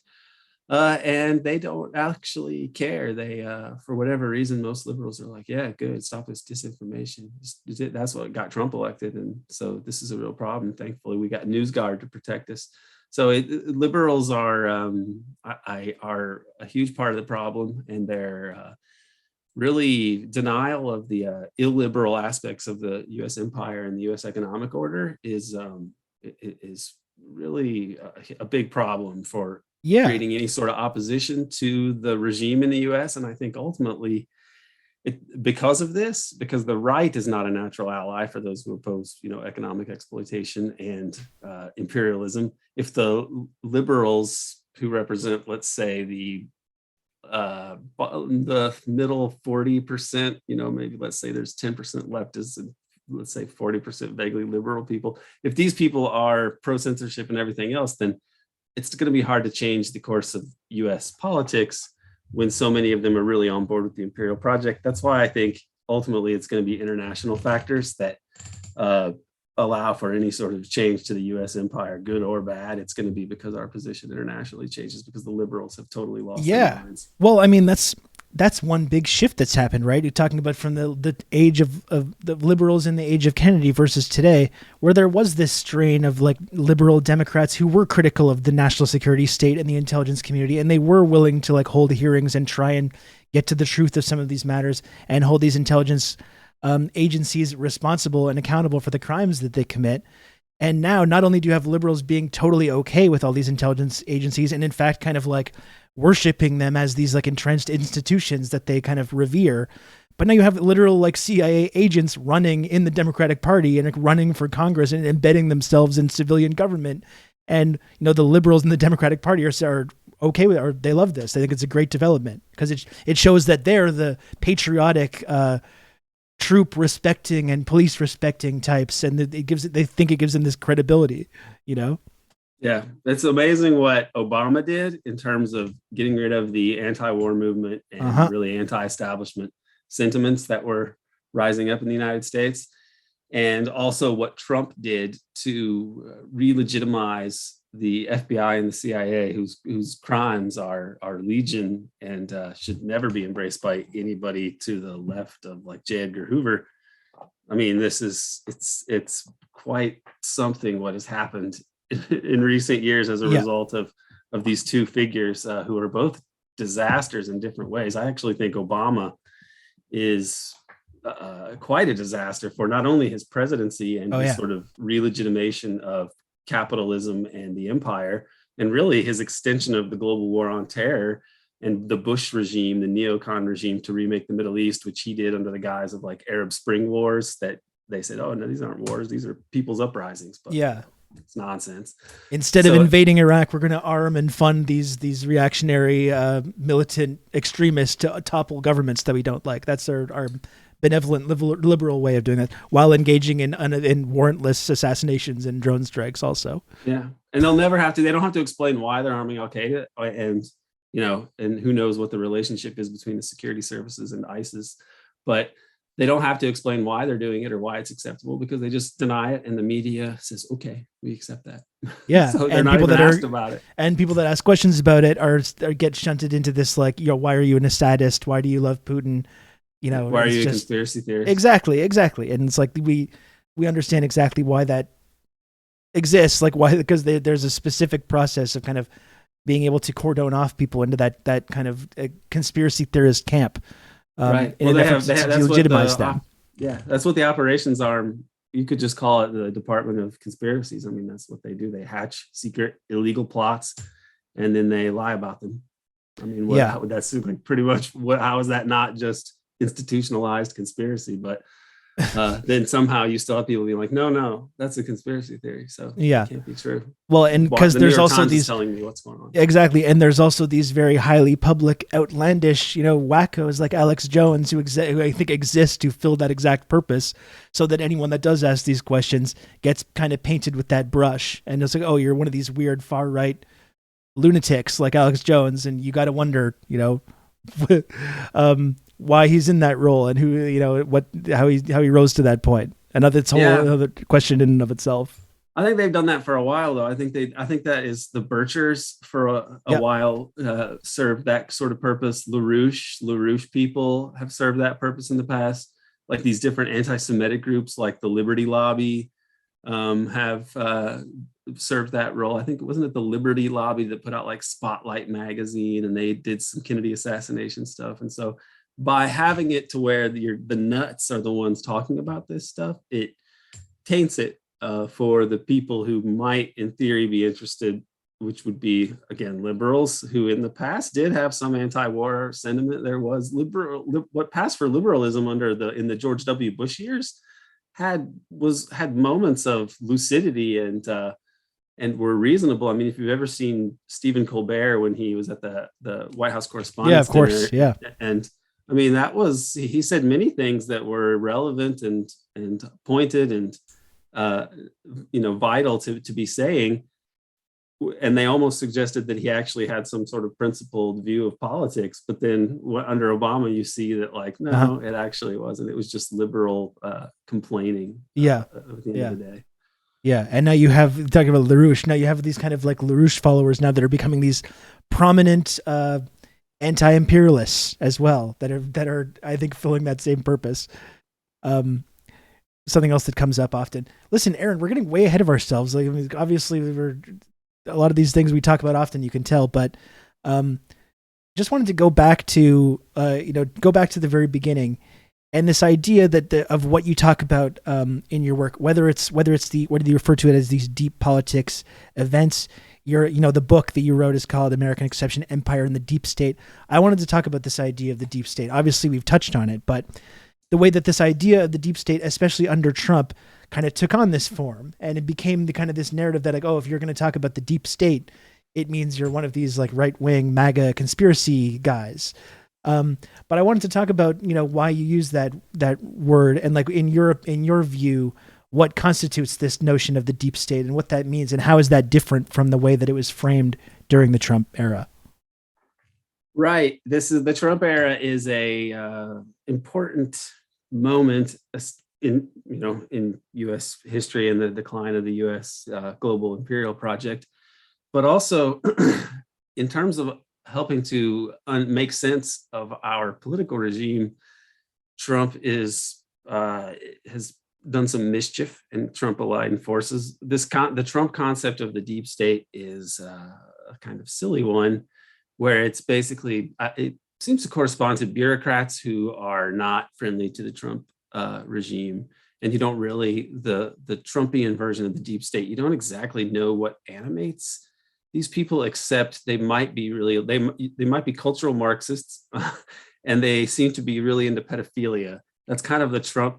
I don't know if there's a coherent version of it, because they don't really have to define their terms in that sort of a way, but it's basically like almost like a liberal semi-leftist thing for the Trumpians. Like that's a strange version of it. But the real term deep state comes from Turkey, which was like Darren Devlet, and it was sort of rumored and talked about for many years in Turkey, and then it all kind of came to a head in 1997 or 98, the Susurluk incident, where there was a car crash in Turkey, and the passengers of the car were like the head of the Turkish police forces, the head of the British security forces, and a beauty queen who had been like Miss Turkey at one point, as I recall, and this guy who was the head of the Grey Wolves, which was a terrorist organization who had tried to assassinate the Pope and was involved in all sorts of drug running and other nefarious mischief. And so this was a big problem, because these are people who should not have been in a car together at all. It's kind of like if the head of the CIA was in a car accident with Osama bin Laden, and then you're like trying to explain that away. It doesn't make any sense. And so it pointed to the relationship to the security services and the political system that has been a big part of Turkish history, staging all these coups and false flag terror attacks throughout the Cold War and beyond. And so the Turkish started to talk about this deep state. Now, it was derived out of elements of Gladio, which was a US project, and then And so really, you wouldn't be too far off the mark to say that around that time period, the Turkish deep state was really the U.S. imperialism, I mean, more or less. Yeah. But the term is important because you understand, and the Turkish example is important because it allows you to understand what kind of governance you're talking about and what kind of institutional arrangements you're talking about that can allow for this form of governance, which is not constitutional.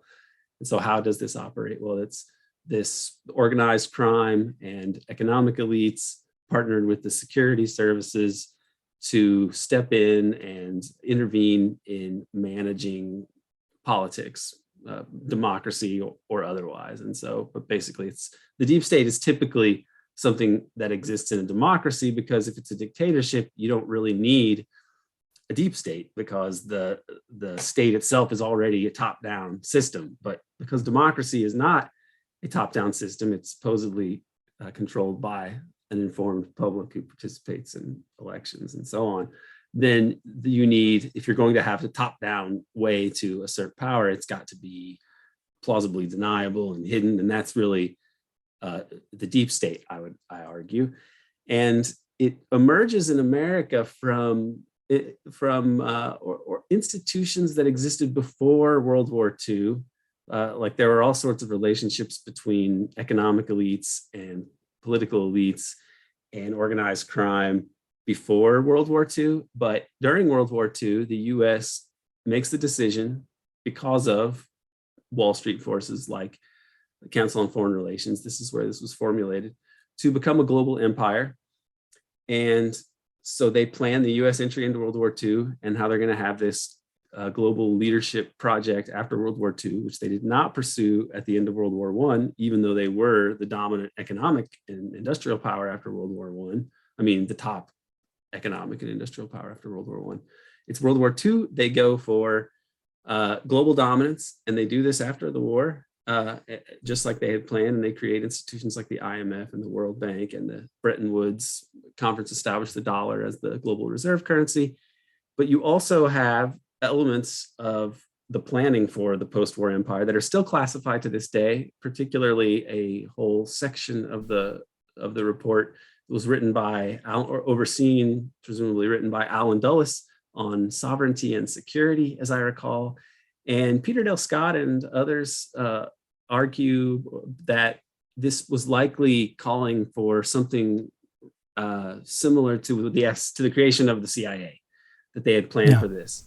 And so the CIA gets created shortly after World War II, supposedly to do exactly what the name says, centralize intelligence for the president, so he wouldn't have State Department intelligence, military intelligence, or Army intelligence and Navy intelligence and all this other stuff, that you would have the intelligence gathering process centralized. And that was the plan. And then there's one little passage put in, a couple sentences of written by Clark Clifford, who's an important character later on in many of these episodes. And this passage says that the CIA will perform other functions and duties as determined by the National Security Council from time to time, which sounds vague, but okay, we'll just do some things. But that ends up being the justification for the entire covert operations apparatus of the United States government. And this is likely undertaken because you want to be able to, if you're people like Alan Dulles and you're a corporate lawyer, you're also working for the government and the intelligence agencies, but you're a Sullivan and Cromwell Wall Street lawyer also, because he was worked it there along with John Foster Dulles, and they represent biggest corporate clients in the world. And if the US is going to be the hegemon of the global capitalist system, and they're going to manage the transition away from colonialism by all these separate European powers and sort of have one Western thug buddy alliance of capitalists who are not like the colonial powers, then you're going to have essentially neo-colonialism, because you still want to get all of the material wealth that colonialism was providing for the colonizers, but you want to be able to do it while pretending to be democratic. You need a few more degrees of separation. Yes. And that ends up being what the CIA actually does. It intervenes in formerly colonized countries, typically, although not always. I mean, like, depends on how you want to really split hairs here. But like the CIA overthrew the government of Australia in 1975. Yeah, we were talking about that the other day. Yeah. They have overthrown the government of the United States at least once with John F. Kennedy. I mean, I say the CIA, but really a coalition of, let's say, security forces that is nebulous to this day, but like included elements of the CIA. They have intervened in European politics with Gladio, and I mean, basically, they've just been allowing politics to be run in a top-down way, while them being able to deny it, and that's the point of having all of these entities. And they don't. It's even the president can't really rein them in. Nixon or JFK told de Gaulle that, well, okay, I know people are trying to assassinate you, and gosh, I'm sorry to hear about that. I didn't order that, but I can't vouch for the CIA. I don't really control them. So if they are trying to kill you, sorry. But or Nixon himself is trying to get the CIA to cooperate with him. He goes a year before the Watergate arrests. He talked to Richard Helms and was trying to get Richard Helms to give him information on the Kennedy assassination. So he said, Nixon said he was doing this so he could like protect the dirty tricks department, but probably Nixon recognized that JFK was killed by the CIA, and thus the CIA could be a real impediment to the president acting the way it wanted to. Yeah. And so if he got this information, this would be a way to have leverage over the CIA, but they never gave him that information. And then Nixon ultimately goes down. Ran into some trouble shortly after that, interestingly enough. Yeah. Yeah. And so weird how that works. These are entities that can't be managed by even the president. They're supposed to serve the president. I mean, they're supposed to be the president's, and by extension, the people, right? Yeah. Yeah. In theory, right? So, I mean, it's scary enough to think, okay, the president has a secret police that has legal immunity, right? That would be alarming and not good.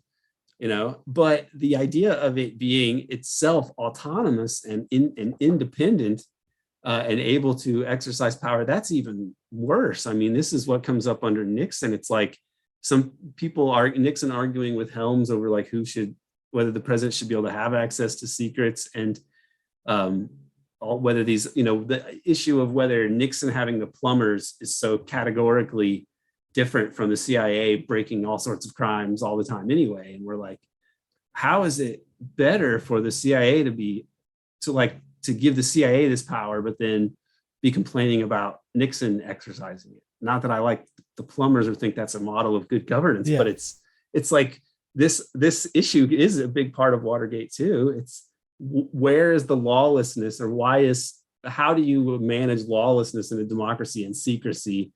Why can some entities operate with the secrecy that they want and then others cannot? Why can some entities break the law and others can be held accountable for it if it's deemed expedient by who knows why Nixon had to go? But these are big issues, and they've created this like black box at the top of U.S. history where we don't really know key elements of like why certain decisions were made, who made them, and for what, to what end. We can only sort of speculate as best we in some areas, or logically argue for certain things. But this is the deep state. This is our conundrum in the US, this system of like, we don't really know who's running things. We know they're lying about some things, obviously, like the Kennedy assassination, with the ridiculous contrived magic bullet theory that itself is impossible. And so we have these blatant lies sitting out there in the public record, and yet we can't do anything about it. That's symptomatic of the deep state and what it represents in the United States. Yeah. So we've established kind of like what this concept means, the deep state, and kind of roughly who is involved in these power structures, these like covert power structures, who obviously from a number of examples seem completely unaccountable to any like elected official, who seem to operate completely beyond any like domestic or international law and just have no consequences for ever violating these laws, even when you're talking about like committing mass murder campaigns and stuff, just like the most horrible crimes we can imagine. So we've kind of established that. And I just wanted to talk about JFK as well, because once you kind of establish like who these forces, like what these forces are and what they can do, you can talk about a number of what Peter Dale Scott refers to as these deep politics events. Nixon and Watergate is a big part of that. There's a number of these examples. There's 9/11, Iran-Contra. Why is it, do you think, why do you fixate on the JFK assassination? Like, what is it about the JFK assassination that really brought you into like thinking about these concepts? Like, why is that the kind of deep political event that for not just you and me, but I think for a lot of people, why do you think that's the way in to start thinking about or talking about these concepts? Well, the Kennedy assassination, I'm not old enough to remember the Kennedy assassination. My mom actually saw Kennedy in 1963 at the centennial of she was from West Virginia, and she went to the state capitol for like a high school band thing, and JFK spoke there at the celebration. She actually saw him the year that he died, which is interesting, but that I didn't even know that until like, in the last few months, or last year sometime. But so I don't have nostalgia for JFK in that sort of way. I'm not a boomer, and I'm not like a liberal who really wants to think who's inclined to think that the Democrats are anything great, even at their best at this point, even though I did work for Democrats in the past.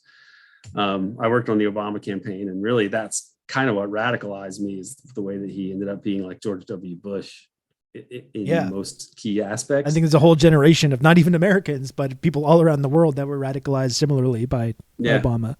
Yeah. And so for JFK, the case is fascinating to me. It has been since I was a kid. I saw Oliver Stone's JFK in the theaters.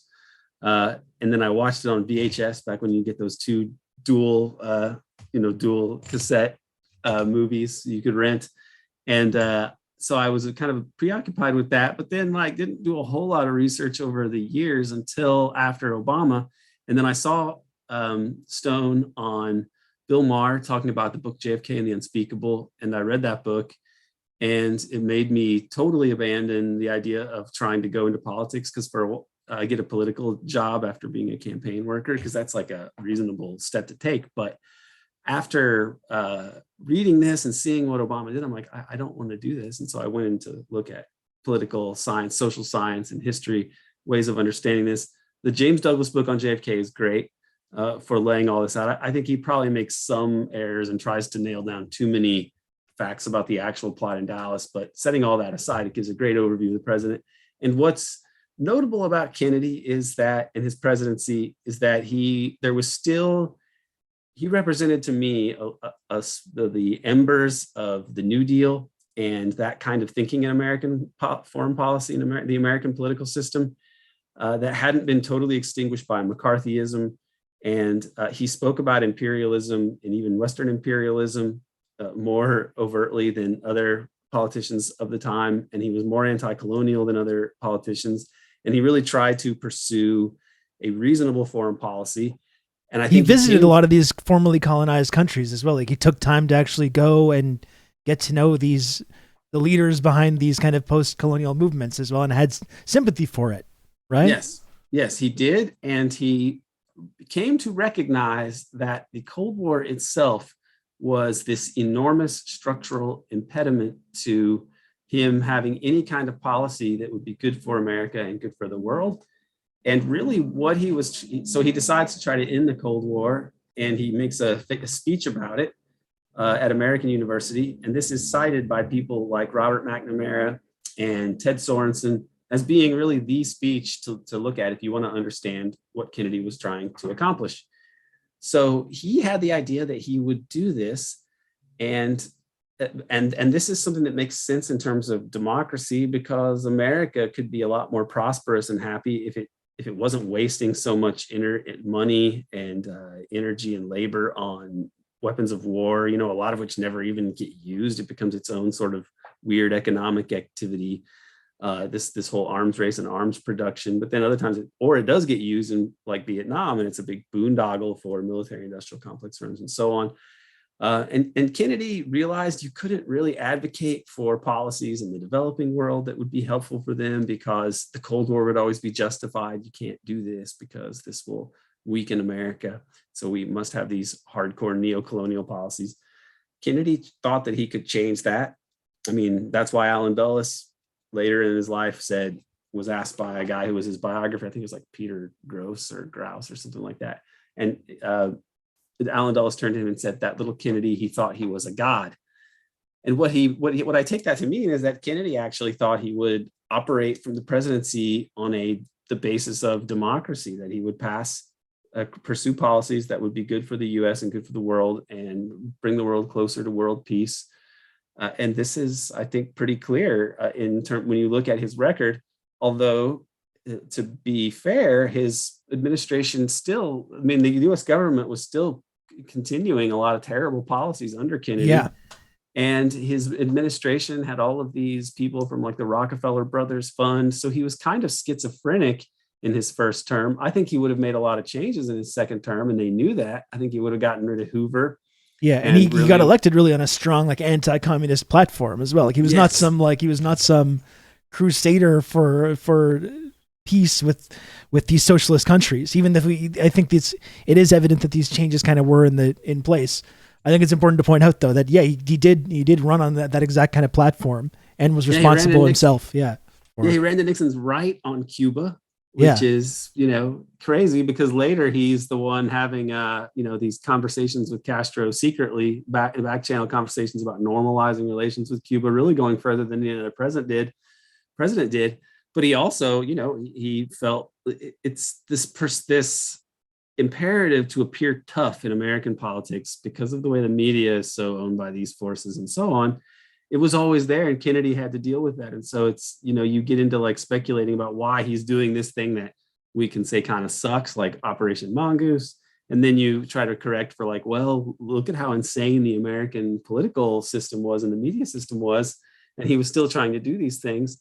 I think that it's really, you have to acknowledge that, okay, when Kennedy is shot there, he has a emissary secretly with the CIA, but not knowing about it, talking to Fidel Castro, and that Castro's response is, "This is a disaster. Oh yeah, everything is changed."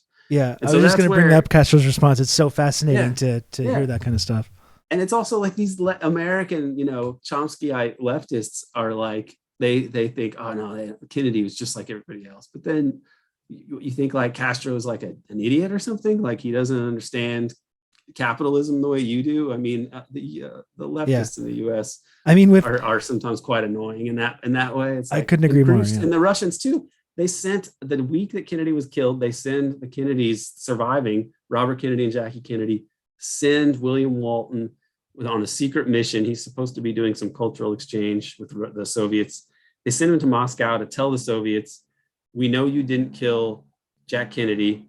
It was a domestic conspiracy, a right-wing conspiracy, and the quest for peace is not going to happen under Johnson. He's too close to big business. It's going to have to wait until Robert is in the White House. So you're going to have to wait for that. So like it's very clear that this was happening. I mean, why else would they send these people there? Why would Castro be saying what he was saying? Sukarno said that Kennedy was killed in order to keep him from fixing the crisis in Indonesia at the time, which is called Konfrontasi. So all these other leaders, but then, your American leftists are like, no, Kennedy was exactly like all the others. He just wanted more capital accumulation. He just wanted a slightly different dressing for it. And it's like, that's not really accurate, but these are people that want to think what they want to think. And it's part of why I think the American left is quite useless, is that it apologizes for some of the worst state crimes. But in the Kennedy case, because it brings in the mob angle, the military and what they were trying to do in Vietnam, neocolonialism and Kennedy's policies in Indonesia and even the Middle East and in Africa, it really is a great prism through which to view the Cold War and what leeway presidents actually have to pursue other policies. It illustrates so much about the American system that it's worth studying within reason. Yeah. One of the interesting things about Castro's response to it all as well is that, like, not only does he point out like, oh yeah, this is an absolute disaster and this is going to have massive consequences for everything that we're trying to build here, but also just like reacting to like the details of the case and the way that the story of the shooting, and Castro just being like, no way. Like I just he's even like, as someone just come on, he's a communist. Yeah, yeah, exactly. That's fascinating. No, but and even talking about, you can see Kennedy's whole presidency being like this push and pull between these intelligence community interests and his own interests and stuff. And you see like the Bay of Pigs is a good example of that. And you see how that's kind of an internal, that's its own deep politics event where you have these different factions doing different things. And I think from Kennedy's perspective, you can kind of understand, especially after that, where it's like, you guys have now humiliated me. You're forcing me into the kind of going through with these kind of half-baked scenarios that are just not working, and that it's undermining this whole peace process in the first place. And that being kind of a moment where he decides to start explicitly kind of trying to claw back power from these entrenched intelligence and security interests. And that's exactly why they come into such great conflict, leading to his assassination. Yeah. I mean, this was the great tragedy and road not taken with the Kennedy administration was he should have put his brother in charge of the CIA. He reportedly was contemplating it, but then decided not to go with that. He put in a conservative guy, hoping that as a political calculation, I guess. He put some John McCone. And this was he didn't go after them that way. He didn't fire classic liberal mistake. Also, yeah, I mean that's what it comes down to. Kennedy, I admire Kennedy by and large, but he had some liberal, silly ideas in that. Apparently, because he did not succeed in what he tried to do, because he misjudged the actual regime that he was dealing with, because he had a more liberal view of things. Now that he was naive about this, I mean, he did want to get a movie made to warn people that they might try a coup. And Robert Kennedy wanted to get a movie made about the syndicate, the power of the Teamsters and organized crime as a more unified force in the United States that was really a source of great corruption. So I'm not saying that they were naive, full stop, but in thinking that he could pursue the policies that he did, Kennedy miscalculated, obviously, because instead of ending the Cold War, he got his head exploded in the middle of the street. And then Robert Kennedy, it has to be said, thought he could reinvestigate it if he got to the White House, when other people like Jim Garrison were telling him, you need to go public and say that you're coming after the people that killed your brother, put them on notice, otherwise they're going to try to kill you. And that ends up being what happened. So the Kennedys were kind of naive in terms of like underestimating the actual systemic evil that they were going up against. And so we've got to like be honest about that flaw in what they were trying to do. Yeah. Well, I mean, that digs at something else I think that I think about a lot, which is like the role that the CIA played in the post-war period, importing all these Nazi scientists into NASA and all these Nazi intelligence assets and security, and bringing them directly into the security establishment.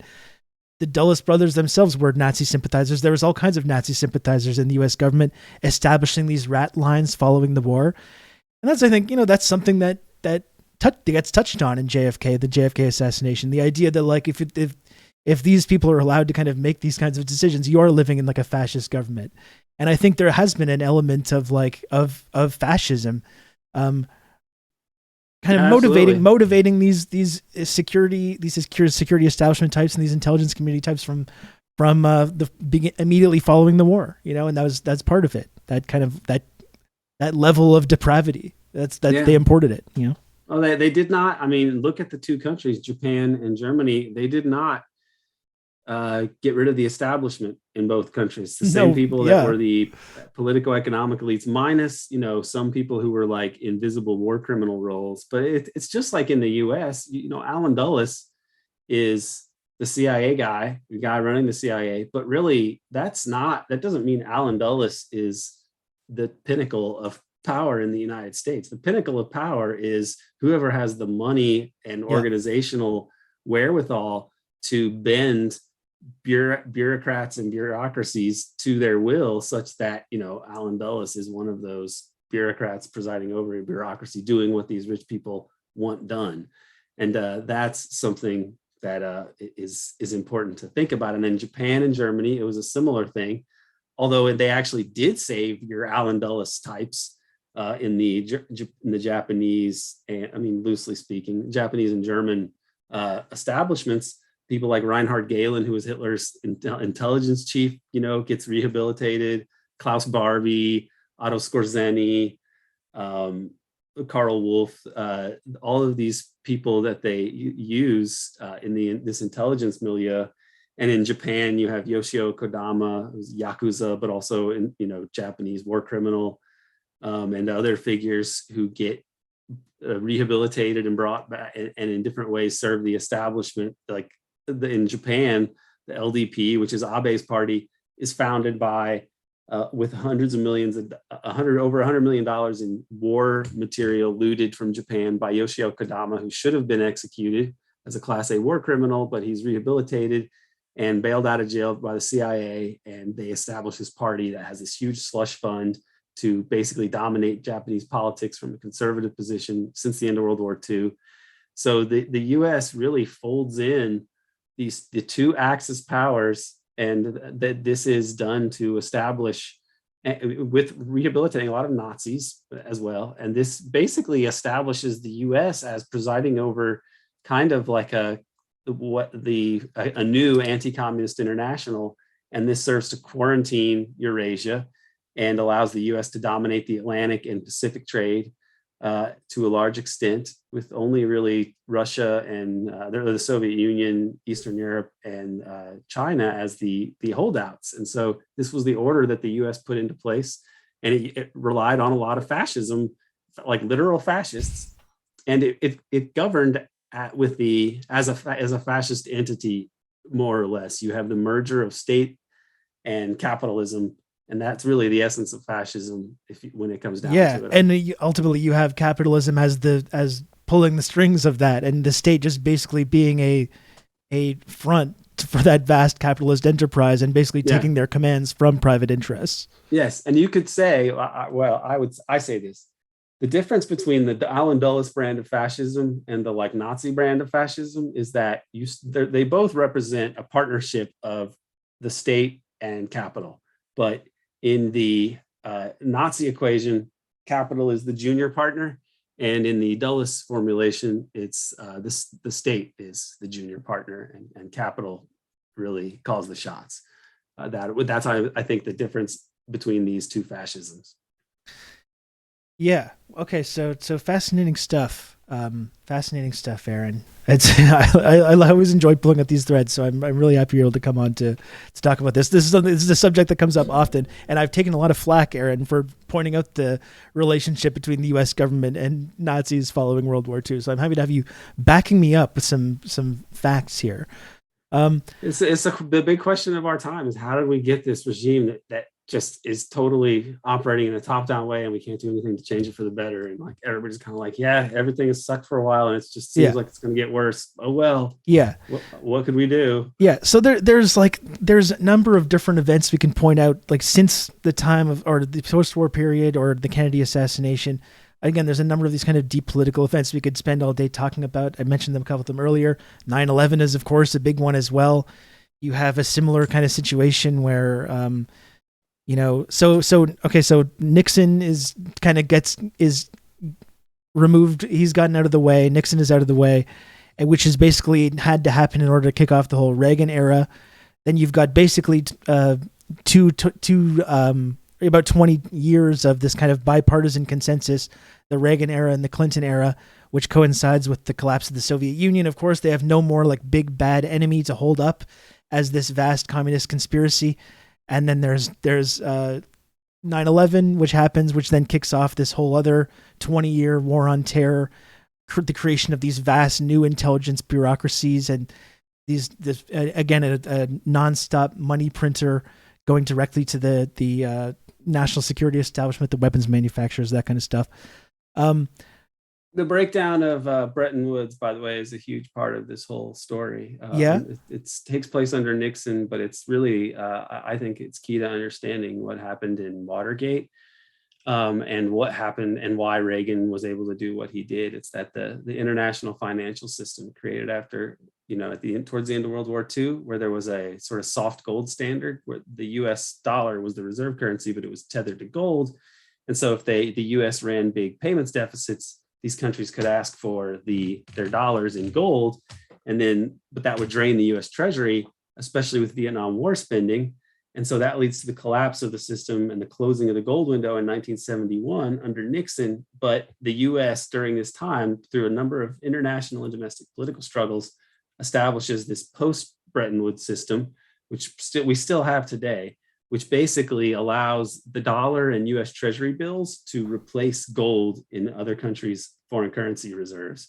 They don't establish anything that is sort of equitable or tangible. And what this means, and they do this in part through requiring Saudi Arabia and other countries to only accept dollars for their oil.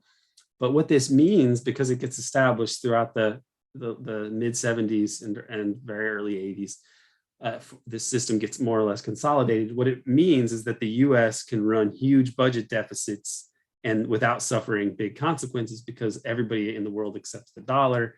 And to the extent that it could lead to inflation, it's kind of exported to all these countries that are holding lots of dollars, for example. And so the US under Reagan becomes the world's biggest debtor, but the US has more power economically than it ever had before, because this creation of, they're in debt. The US is in a lot of debt because other countries own a lot of treasury bills because of the US balance of payments deficits. However, the debt is in a currency that the US controls and can print as much of as it wants. And so it can't really suffer because of this debt. Like you can, if you give me control of a currency and then say that I owe a huge amount of money in that same currency that I can control, that doesn't really matter. It's like, that's a great position to be in. That's the position that the US has been in and has been defending, and that we kind of see unraveling now, I think. And I think that's why they're kind of freaking out about all of this business with Russia. But this is a big part of the story, and really a bigger kind of structural economic thing that will allow you to make sense of other aspects of US foreign policy, especially the war on terror effort to take control of the Middle East, and then the Arab Spring wars that they tried to use with that. And the US, I think, has lost those. And so this is really what we're seeing now is the unwinding of the neocon dream of perpetual dominance forever. And it's exciting if you are wanting to see like international law prevail and a world with less imperialism outright in it. But it's worrisome because in trying to hold on to things, the US might blow up the world. And this is that's the alarming thing. Yeah, no, I think you hit the nail on the head earlier in the chat when you said, it can be so discouraging because of the massive entrenched power that exists, that it feels so insurmountable that you have to kind of hope that the answer is going to come internationally. And right now we're witnessing in real time this like rapidly, like exponentially increasing decline of U.S. empire and the exact hegemony that they tried to really entrench forever is kind of now slipping through their grasp. And you're seeing them lash out in all these different ways. And like you said, I think you have to understand that framework to understand how they're acting on a number of levels right now, geopolitically. Yeah. And this is a crisis, and it's very alarming. Obama, for all of his problems, was at least a impressive enough person in terms of he seemed reasonably smart and well-spoken, but the last two guys really represent, like, they can't find in a country of 300 million people, the richest country in the world, and you can't find anyone more impressive than like Trump and Pence and Kamala Harris and Joe Biden to serve as figureheads. Like, you can't get anybody better than these people. I mean, that also reflects on how profound this decline is in the US. And so how did we get to these points? This is why the era of like the 60s and 70s is 50s, 60s, and 70s. Though these decades after World War II, I think, are really important and fascinating, and they hardly get covered in like high school history classes, or if they do, they're done very badly.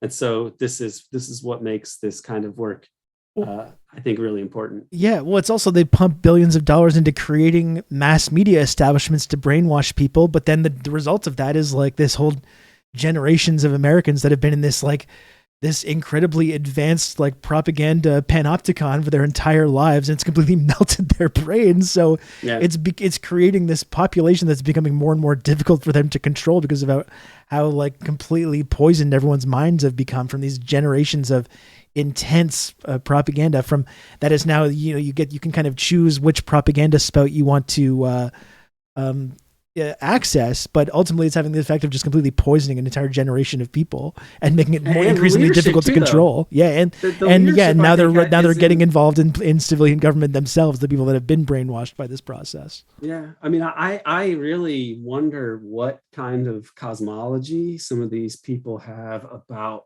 the way the U.S. empire actually functions, because some of the things that they have done have been so dumb. I mean, it's the problem is what they really want is impossible, which is, or if it's going to be achieved, it's going to be achieved through means that are so horrible for humanity that it would be insane to even contemplate it. The U.S. wants to rule the world, and the U.S. elites want to rule the world, you know, in perpetuity. They want a new American century, which, you know, is not in the offing. No, the ship has And already sailed. That's the thing. right. And so you really wonder, like, the propaganda myths about the U.S. and that the way that events get described in the New York Times and elsewhere, these are so detached from reality that you really wonder about what it's like at the higher circles. Like somebody like Blinken does not strike me as a person who, I mean, if they're going to really run the empire, then they should understand it basically in the terms that I lay it out in. Like, you almost have to be a Marxist critic to understand what the state's even supposed to be doing, or otherwise you're just thinking in stupid platitudes and Baby silly talk. generalizations. And Yeah. like, I don't like, does Blinken have like a private mode where like all of a sudden he just starts dropping all of this like really Yeah. dark Machiavellian imperial knowledge about how things are or should be, or what? I mean, I can't figure out what these people are doing, because the caliber of officials, at least in the public position, does not seem very high. And that more or less corresponds to the poor decisions that we're seeing being made all the time, even from a Machiavellian point of view. It just is, it's a mess. Yeah. Well, that's it. It's all part of that decline. I won't keep you for too much longer because we've been talking for a while, but because the January 6th hearings are going on right now, and because we talked about how Trump was kind of the Trump era was an interesting part of this kind of phenomenon of the deep state.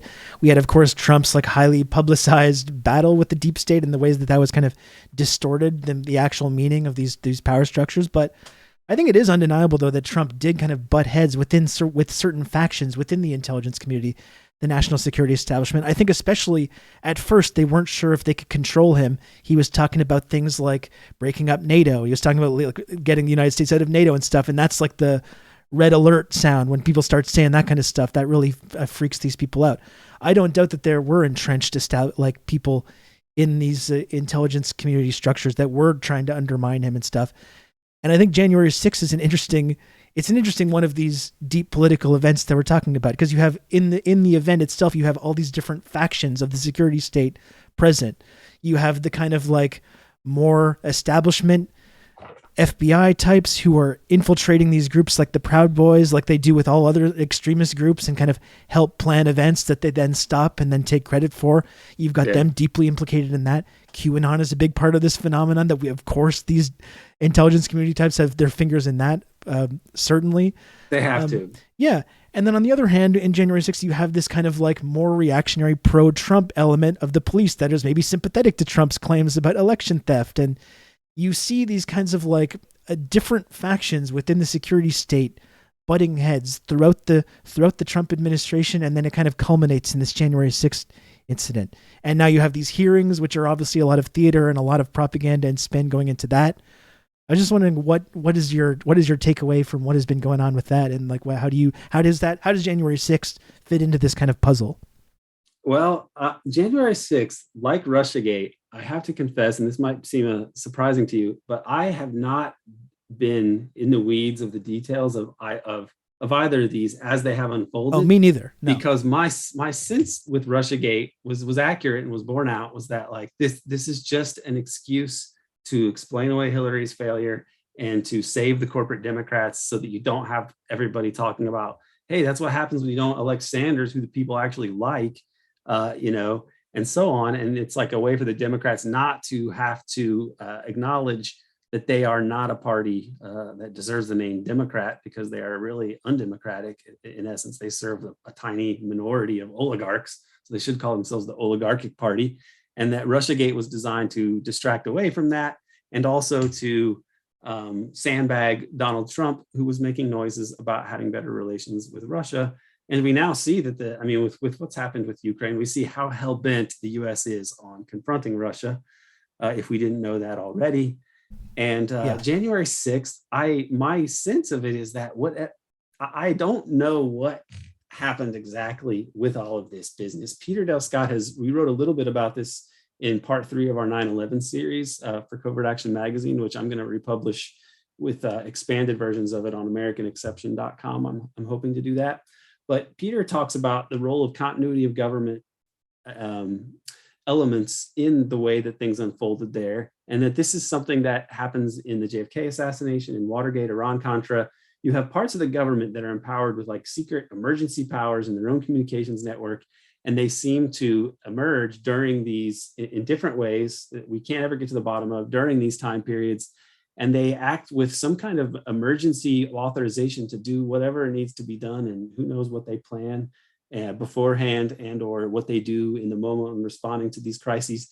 But the January 6th thing, on the surface, the obvious thing that I thought at the time was that there's no way that this should be happening. This is, you can't organize a group of people like this on the internet without the security services being aware of it. So to some extent, it had to have been allowed to happen. And I don't think that it's because everybody that did that was responsible for the way it went down, that everybody was actually doing it to advance a pro-Trump agenda, because it did not advance a pro-Trump agenda. It was a disaster for Trump political forces. And to the extent that he was involved in it, you really wonder who was advising what to Trump and what advice did he take on this score. But how the way that it did go down just seems to be that it had to have been allowed to happen to a certain degree. And this is borne out by the plot to kidnap the Michigan governor, right? And that it turns out to be pretty much what you were saying, an FBI plot where the FBI swoops in and says, all right, we saved the day from ourselves. This is what they did throughout the war on terror with disaffected, angry Muslim teenagers or whatever, just convincing them mentally ill, or exactly, and convincing them to commit crimes and then swooping in and saving the day, or not saving the day in certain cases. This is a huge scandal. It probably goes back further than this. I'm sure it does. But the 1993 World Trade Center bombing, where an FBI informant took the step of recording his conversations with his FBI handler, and that's the only reason we know this. But he had said, hey, I can switch out the powder for this bomb to a harmless powder, and then the bombing won't happen. He was told specifically not to do that by the FBI. Okay, and this came out, should have been a huge scandal, and it wasn't. So did something like that happen similarly? And I'm not saying this as a pro-Trump person. I'm just saying that Trump, because he's not completely on board with this liberal, quote unquote, liberal internationalist project of global capitalism, that he's more of a nationalist and makes strange statements about ending NATO from the perspective of the establishment, and wants better relations with Russia, that these things were unacceptable to him or to the establishment. And so Trump was kind of a gross aberration. Hillary and company thought it'd be good to have Trump running. They actually said, like, yeah, let's get this guy in there. Let's help the Republicans get Trump as the nominee because he'll be really easy to defeat. But they underestimated how much people hate Hillary and the establishment in general. And then all of a sudden you end up with President Trump. And he did say things about trying to deal with the deep state and the establishment in the United States. Washington Post wrote that Trump was the first president since Nixon to try to take on the CIA, which is a very fascinating admission. You had Chuck Schumer going on the talk shows saying, oh, the CIA, they can get back at you 6 ways from Sunday. You don't want to mess with them, Mr. President. And it's like, how crazy is that you're saying this in a democracy, that you're telling the president not to mess with the security services that are supposedly a part of the executive branch? I mean, how is this not remarked upon more by people? So, Trump did confront these people to some degree in his own hand-fisted way. And part of it was just Nixon, bullshit. All the stuff about leaving NATO. I don't think he had ever had any intention of doing that. And a lot of that was just complete bullshit to appeal to this kind of crowd and to kind of stir the pot and get publicity, but I can see why that was still threatening to people. Yeah. I mean, what the U.S., what I think is happening now is that the U.S. has kind of lost it's a rearguard action for U.S. hegemony, and Trump didn't really do too much to change the status quo one way or the other, but international events did. And losing in Syria, the U.S. that was a part of the U.S. regime change effort to deal with this arc of resistance of Iran, Iraq, Syria, and then Lebanon, Hezbollah-controlled parts of Lebanon. That this failed, and it seems like what they really want to do is, okay, if you're not going to be able to establish the unipolar world forever, then can we somehow recreate the bipolar world where China and Russia are boogeymen, and we can get the rest of the world to trade with us, and we'll sort of prosper independently under American hegemony, going forward. But I don't think that they're going to be able to do that. I don't think that the U.S. has any goodwill left in the developing world this time around. And I think that China and Russia are much more powerful vis-a-vis the U.S. Than they were during the Cold War. And so I think that these crazy events that we're seeing represent the ways that the regime is trying to respond to really existential crises for the U.S. empire. And hopefully these crises do threaten the U.S. empire, but not the U.S. nation state, and that it can lead to something like what the Chinese have been talking about. The extent they pursue this, who knows, but it's debatable, but more so than the U.S., which is a system characterized by the observance of international law and win-win relationships between powerful states and weaker states, which is what they're calling for and advocating. Yep. And they do build infrastructure in African countries where the U.S. and the European former colonizers never did a damn thing. China has done some things. I'm not trying to give them a halo, but compared to what the U.S. does, I don't see how you can argue that it's not an improvement for the global South to have a China to do business with. Well, this is what I've been saying recently. It's you look at what U.S. officials say about this, and they look at countries in Latin America or Africa signing on to the Belt and Road Initiative, and it's remarkable because they just throw up their hands, and you can see these people going, "Why is this happening? Why are they going with the Chinese rather than us?" And it really is amazing. You talked about people like Blinken, the people are you aware of how completely full of shit all of this is, or are you a true believer or what? Because you see these people and they really don't understand why this is happening, and it's really not that difficult to understand. Like you pointed out, people no matter where you are, people in Latin America and Africa, the Middle East, Southeast Asia, they're all very familiar with Yankee imperialism and what that is, and what it means to take a deal with the IMF versus taking a deal with the Chinese government. They're very familiar with this decades-long process that these deep political events have been part of, entrenching this kind of power structure. The global South is very familiar, has been the primary victim of all these machinations, and I think these cultures are very, very familiar with that. And now that they see this new opportunity to develop outside of that system, and they can kind of unapologetically join that and not have to kind of do what the United States tells them to do, of course they're taking that deal. It's the most logical thing in the world, but these U.S. officials just can't wrap their minds around why these developing nations are making this decision. It's really remarkable.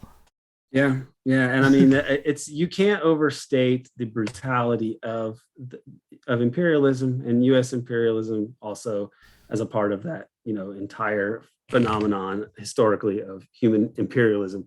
The case of Indonesia in 1965, America has gone way to the right since 1965. But if you look at what they did in Indonesia in 1965, which is really the culmination of decades of groundwork laid by Alan Dulles, we have a whole video series about this that's getting towards the 1965 finale. It's on YouTube, and I also have it on my American Exception podcast on Patreon. But this is the Alan Dulles knew back in the 1930s that the world's biggest gold mine, potentially, or gold deposit, was in West Papua, which was loosely controlled by the Netherlands, but not really. The Nazis and the Japanese had designs on it at different times. And they finagled this at the end of the Cold War, or during the Cold War, after World War II, to eventually overthrow Sukarno, who was a nationalist, in order to put in a U.S. puppet and allow Freeport Sulphur, which is a Rockefeller company. Someone who Kennedy met with and supported, by the way, prior Kennedy to his assassination. Sukarno. And Kennedy, Allen Dulles never told Kennedy that the world's biggest gold mine was in the biggest gold mine in human history was in West Papua, during this whole dispute over what would happen to West Papua, which unfolded under Kennedy, and under Eisenhower, but it was really resolved under Kennedy. And he had no clue about this. And the U.S., I think in part to make sure that the Indonesian policy was changed, that's a part of the reason why they kill Kennedy. And in 1965, they stage this bizarre coup that fails, and it's used as the CIA was almost certainly behind that, this weird event involving the murder of generals who were by pro-Sukarno forces. And it allows for this huge massacre of the Indonesian, Marxists, communists, the PKI, but they were really just like peasants who wanted land. I mean, they were really poor landless peasants, not part of some coherent global like trade unionists and women's groups and just anyone that was remotely part of that, connected to that more socialist leaning movement, anti-colonial movement. They tortured them and they tortured them to death. Maybe at least 500,000, some estimates go as high as 3 million.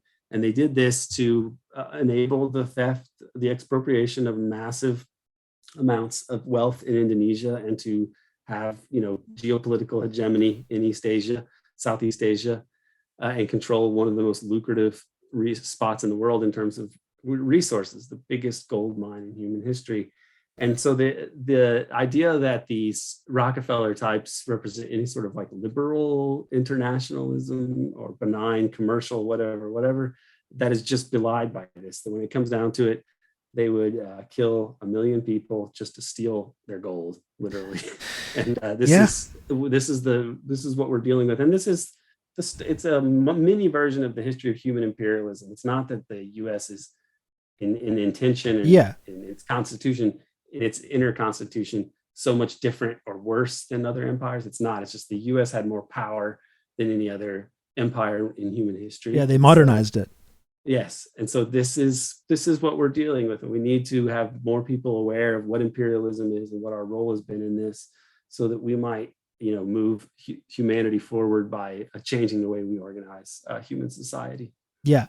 Well, I guess it's something that Tucker Carlson was talking about the other night. I mean, it's like talking about also someone that is quite possibly a CIA asset, Tucker Carlson, who sometimes gets credibility from these types as being like, oh, he's on the right, but he talks about these anti-imperialist views. And he said something really revealing the other night about China, saying, oh, they'll be cruel masters when they're in charge, not like us, right? But that's I reject that. I don't believe that, frankly. And that's why I think it's important to learn this history and really understand that we're not, the empire is not this benevolent thing that made a few mistakes or did things, did some things wrong, but ultimately had good intentions. I mean, people have to deprogram themselves from accepting this idea. That's exactly why I try to make the link between the rise of fascism, World War II, the importation of all these fascists into the United States government, reestablishing fascism in West Germany and Japan, linking that to the Kennedy assassination and Vietnam and Indonesia and all this stuff, because I think it's a way to make people understand we're not dealing with people that had good intentions that made mistakes, but this is an evil project to institute this this global hegemony at using ruthless violence and suppression in order to accomplish this. It's really something, a horrific thing that we need to reckon with the evil of that before we can kind of have an informed understanding about anything that's happening right now currently, Yeah, and it goes back to capitalism. If you want to trace capitalism back, I wouldn't personally trace it back to the merchants of Venice and stuff. They were into commerce, but they weren't really capitalists in the same way as what emerges in England with the enclosure movement, which created population pressures because it took all the land for the sheep for the textile industry. And this helps to fuel the conquest of Ireland during this time, and then even further west to the New World in America.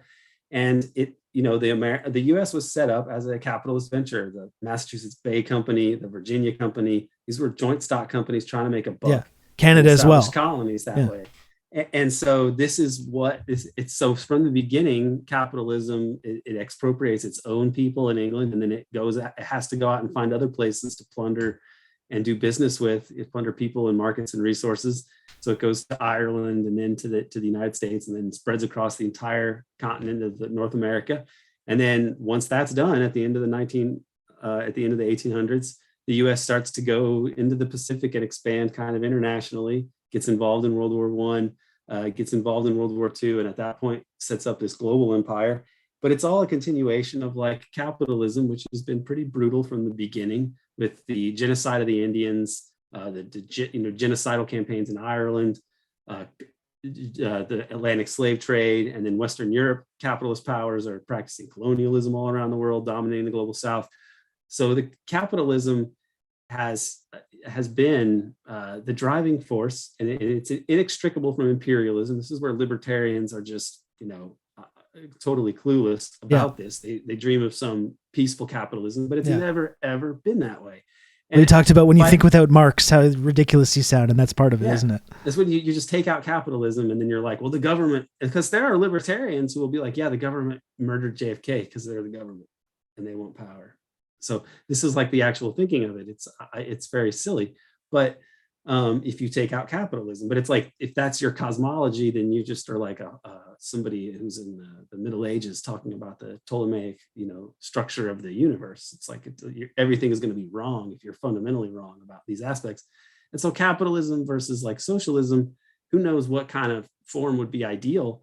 But if it's just, let's just put it in the most generic terms, should society be subordinated to the interests of capital, or should capital be subordinated to the interests of society? We have the first system, I think, and that is not working out very well, because if you organize everything about how people with money can make more money, you're going to end up with a messed up civilization, and that's what we have. And so if you allow these concentrations of wealth to exist, they will inevitably be corrupt. I think that's been borne out. And so we need to recognize that and figure out where to go from there if we're going to survive as a species or any kind of decent civilization. Okay, well, Aaron, that's a good place to leave it. That's a whole separate conversation getting into that. But I really appreciate you coming on the program. As you can tell, I love talking about this shit. So it was great to chat with you about all of this, all these deep political events. Thank you, Aaron, for joining us today. It was great. No it was great.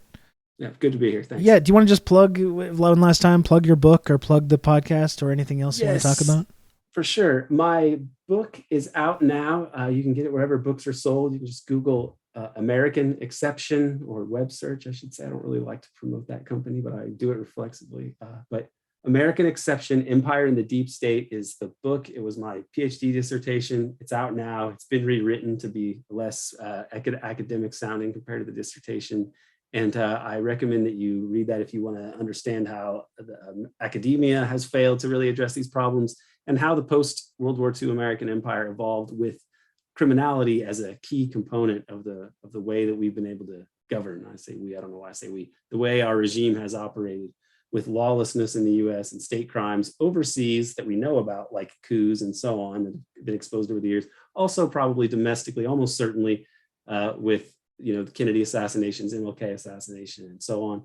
So that's all in the book. And we talk about these issues on my podcast, which is on Patreon. And it's called American Exception. And we have interviews with people like Oliver Stone, Dan Ellsberg, Peter Dale Scott, Peter Kuznick, Jeff Morley, David Talbot, John Newman, Jim D'Eugenio, Lisa Pease, all kinds of people talking about the issues related to deep politics, US imperialism, and so on. So I really recommend that you check that out. And we also have AmericanException.com, the website. And shortly, we're going to be publishing an article of Peter Dale Scott's that was stolen by the CIA. I am more categorical about that. Peter's like saying, well, we don't know exactly what, but he mailed his article to Ramparts magazine in 1970, and they stole it from him, intercepted it, and it never got to Ramparts. And somehow the CIA posted it on its website before they took it down. I downloaded it. It's been taken down, but I did download it, and we're going to do a version of it at AmericanException.com with a new preface from the author that's coming up soon. So you can check that out too. I'm doing more now online because I'm too radical for the university by my own reckoning, although maybe that'll change. But that's why I decided to go and make a podcast, because what are you going to do when you want to do this work, but you're too radical? Yeah, that's exactly why I have a Twitch stream. Yeah. Yeah. So we got to try to make it here, and whatever opportunities they still have, although it's worrisome. That's right. Worrisome. That's why I've been about Patreon and everything. Yeah, that's why I've been very careful what I've been saying over the last couple of months, because I've seen this wave of censorship that I was describing earlier. So I wish you the best of luck in continuing to try to navigate that in the weeks and months moving forward. You're welcome back anytime, Aaron, to come on the show. It's great to talk to you. Yeah, thanks a lot, Rob. It was great talking to you, and thanks to your audience. All right. Peace. Take care. Oh, my goodness. Oh, my goodness. Aaron Good, everyone. That was great. Jeez. This is going for a long time there. I really have to go to the bathroom. I must admit. I really have to go to the bathroom. I just heard a huge thunderclap outside too. There's like a crazy thunderstorm starting. Okay, I'm going to quickly go to the bathroom. I'm going to come back. We're going to finish up. Okay? How does that sound? Does that sound good? Good.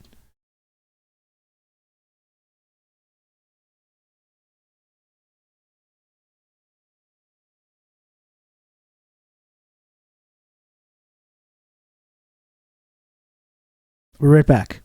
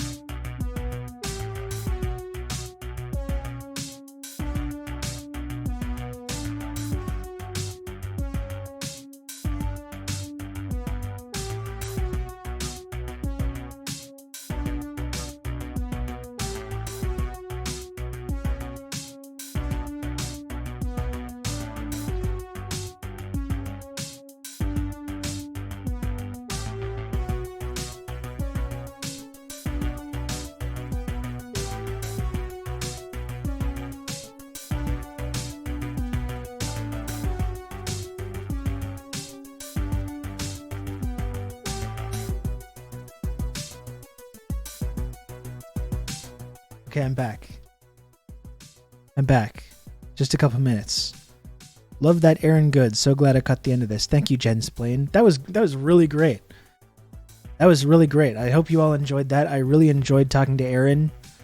Absolutely someone that has, like, obviously it was fate, I think, for Aaron and I to connect on this. This is, if you're someone that's been watching this show for the last year and a half, I mean, this is like exactly the sort of ongoing narrative, peeling away at all these threads. And Aaron is obviously someone that has spent a long time thinking about and talking about and learning about these very same subjects. Really, really good stuff. So, folks, I'm gonna go pretty soon. Again, there's a huge thunderstorm, and I'm gonna go have to pick up my kids soon. I haven't really taken a break today. Thank you also to talk you through all this. Thank you to Riskinverse so much. Thank you, Riskinverse, for the gifted sub 20 minutes ago. Thank you, Plunger Man, as well, for the gifted sub. That was a really great conversation. I really enjoyed that one today. You're gonna have good old Rob to talk you through all this. Sophisticated Pills, thank you for gifting a sub as well.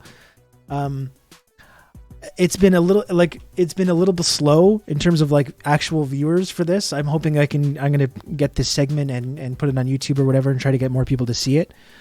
But I'm not really expecting to get all the way to the sub goal. I haven't really thought about it too much today. Again, I know it's been slow. You're gonna have good old but if you Rob do want to to support the talk you through all content, this.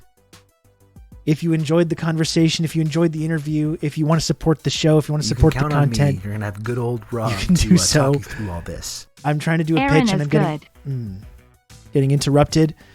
You can count on me. You're gonna have good old Rob to talk you through all this. Like I was saying before, folks, like it can be easy to feel very powerless. You can count on me. Feel very You're gonna have powerless good old Rob to talk you through all this. about these entrenched forces. You know, what can we do? What can we do? And we can't, obviously, the electoral system. You're gonna have good old Rob to talk you through all this. These power structures operate above and beyond, you know, the elected system, the electoral system. That's the whole point. That's exactly how insidious it is. You can count on me. It operates on another level. Rob to talk you through all this. There's nothing really you can do to push back against that. What can be done? Well, one thing you can do is support institutions like this program, like the Rousseau Institute for Western Destabilization. The Rousseau Institute for Western Destabilization, that's its exact purpose. Its exact purpose is to provide a counter to this insidious intelligence community apparatus. And, you know, that's exactly what its function is. So when you contribute to that by subscribing to this very program, you can that's one thing you can do to claw some little small amount of power back from these powerful entrenched interests. You can count on me. You're going to have good old Rob to talk you through all this. Sophisticated Pills, thank you so much for the gifted sub. Comrade Social Distancing, thank you so much for the gifted sub. Thank you very much to Weenus of Lore for the 11 months resub. Thank you, Weenus of Lore. Thank you, Sean Meat, for the gifted sub. Very much appreciated, Sean Meat. GMO Radio, thanks for the gifted sub. Very much appreciated. John McCain's Ghost. John, thank you for the 15 months resub at tier 2. Thank you, John, for everything you do for the community. Black Cat Paradise, thank you for gifting a sub as well. And thank you also, Kijiji Genie, for the gifted sub. Thank you for the contribution. I really appreciate it. Really appreciate it, everyone. Thank you. And again, we got a bit of a hype train going. I'm going to get going after this. But if you enjoyed that long, in-depth conversation with Aaron Good, I encourage you to subscribe to this channel. You can gift subs. You can you can contribute using bits or the tip function or whatever you want. You can even buy merch, such as the Rousseau Institute shirt that I'm currently wearing right now.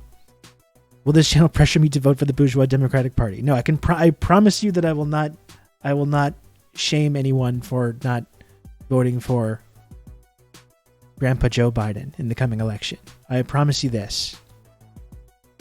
I can promise you this.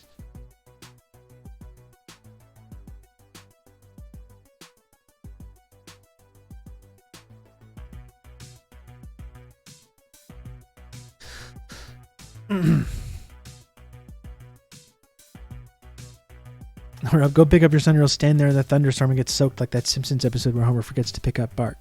Yeah. Well, I don't think he's like... It would be so horrible if I showed up and he's just standing outside, sadly. Yeah,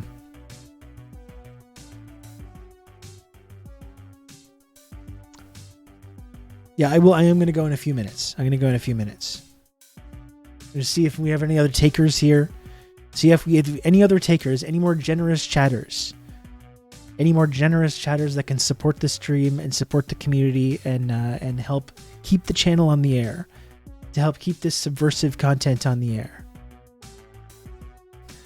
Vote for Brandon or Roe will be overturned. That's right. It's the most important elections of our lives again.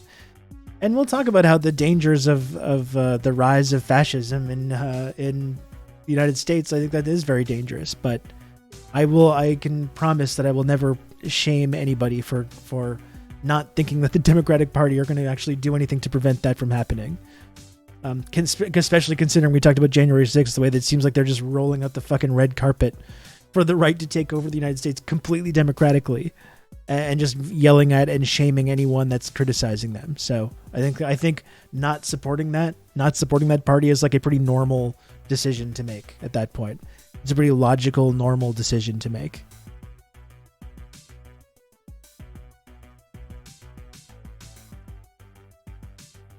So I won't be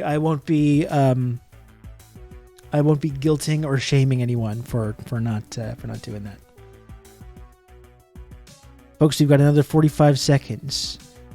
We've got another 45 seconds to go in this hype train.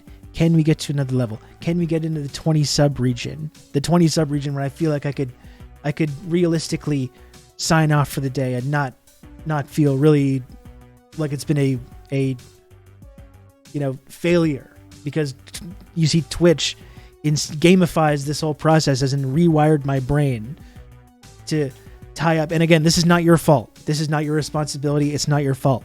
But unfortunately, Twitch has gamified this process and hardwired my brain to make it so that like my personal feelings of validation and success are completely tied up with this number. And again, I know it's not your fault. I know it's the biggest massive corporation in the world that's responsible for that. But nevertheless, that's where I'm at mentally. And this is why I have to do this, and do this to myself and do it to you week in and week out on this program. And this kind of content never exactly gets promoted. No, it doesn't. No, it does not, Sean. Very true. And thank you, Weenus, for the gifted sub as well. I appreciate that, Weenus. Thank you.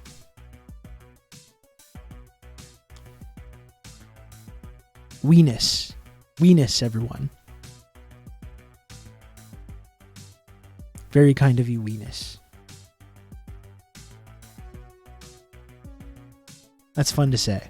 You can count on me. You're going to have good old Rob to talk you through all this.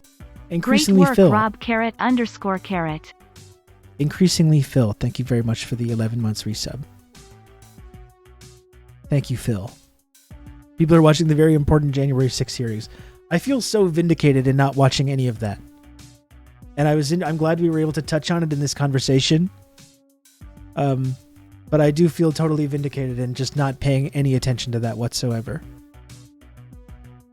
It's really, you can just bet on nothing changing at all from it. And you can just, once you accept that you understand the outcome already before it even starts, you can just safely disregard it. And like, I will be shocked if there's any other outcome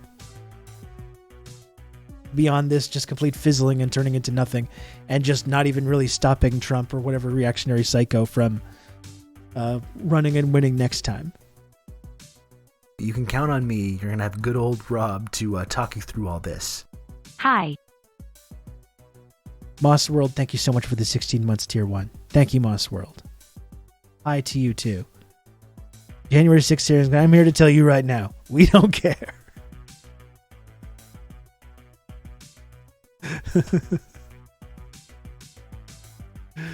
Yeah. I like how the we don't care thing has become. I should make some kind of a sound alert for that. I love Stephen A. Stephen A is the best. Even when he's bad, he's good. That's the genius of Stephen A. I'm here to tell you right now, we don't care. Yeah, I know we can set up a soundboard, but this is the thing, Lodane, is I don't trust these jokers in the community to be able to have this access to this privilege of having a soundboard. I just know it's going to be used, and I'm going to be trying to do serious journalism. I'm going to be here trying to be serious and do serious stuff. And I'm having all these jokers in the chat doing sound alerts, interrupting me and whatnot.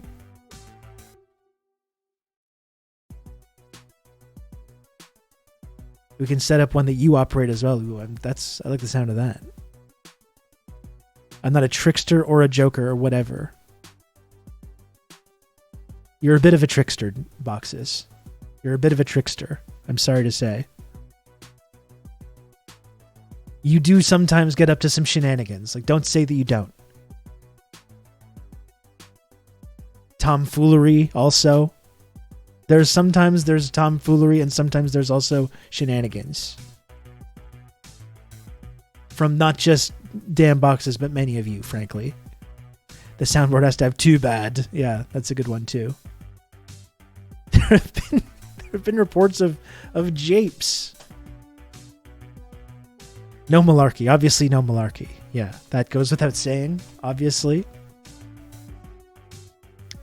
Sophisticated Pills more of a rabble rouser.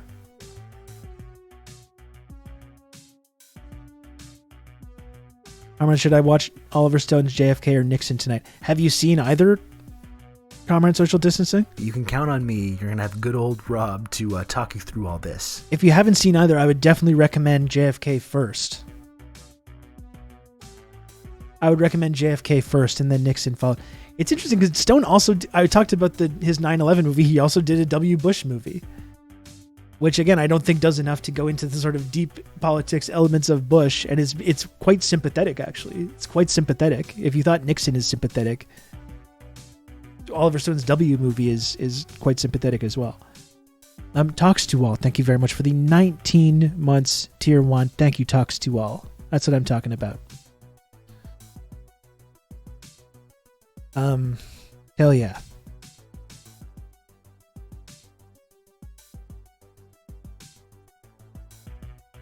Hell yeah. Hell yeah, folks. That was a really great conversation with Aaron Good. I really felt good about that.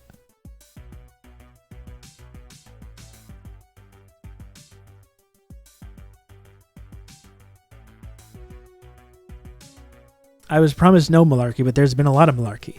Barrels full of malarkey. With the Biden administration, absolutely. Yeah, there's been lots of malarkey. Significant amounts of malarkey. Aaron Good, more like Aaron Good Convo with Aaron Good. It is like that, yeah. It is exactly like that. I see my English skills have failed me yet again. I would go with rewatch. Yeah, I would still say JFK. It's good to watch it like chronologically.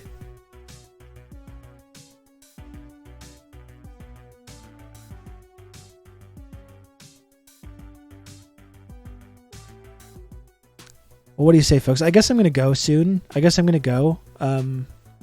One more generous chatter could get us into the 20s, and I feel like we could call it a day after that. I think. Right? You'll notice that I did put panels. I put panels a few days ago. We got multiple panels now. That's something, right? Got panels. You should definitely save and upload the conversation. Very valuable. Yeah, absolutely. I will. I am going to do that.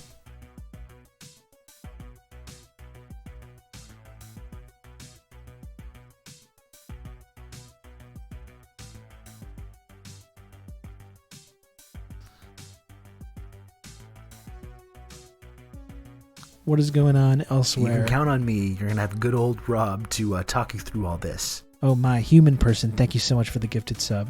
I really appreciate you, human person. Thank you. You can count on me. You're going to have good old Rob to talk you through all this. Amazing Bird Show. Thanks for the gifted sub as well. Look at that. Thank you, Amazing Bird Show. And Comrade Social Distancing, you must have missed earlier. I mentioned that I did watch Nixon. I watched it like a week or so ago. So your many attempts to get me to watch the movie have successfully paid off. I did watch it. And it was excellent. I fucking loved it. Awesome movie and an incredible performance by Anthony Hopkins as well.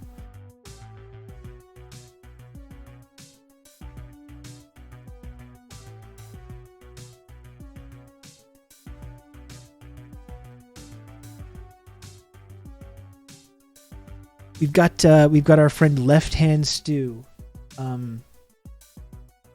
streaming right now. So we're going to raid Left Hand Stew. Thanks again, everyone, for joining us today. What a great episode of the Rob Rousseau Show today. I thought it was wonderful. Really good conversation with Aaron Good. We'll have Aaron Good back. I think Aaron Good can. I think we can make success. I think we can call Aaron Good a recurring guest. I think Aaron Good would be a good recurring guest on this program, considering his proximity to all these things which we often talk about. So I hope you all enjoyed that. Thanks again, everyone, for watching. Give my regards to Left Hand Stew.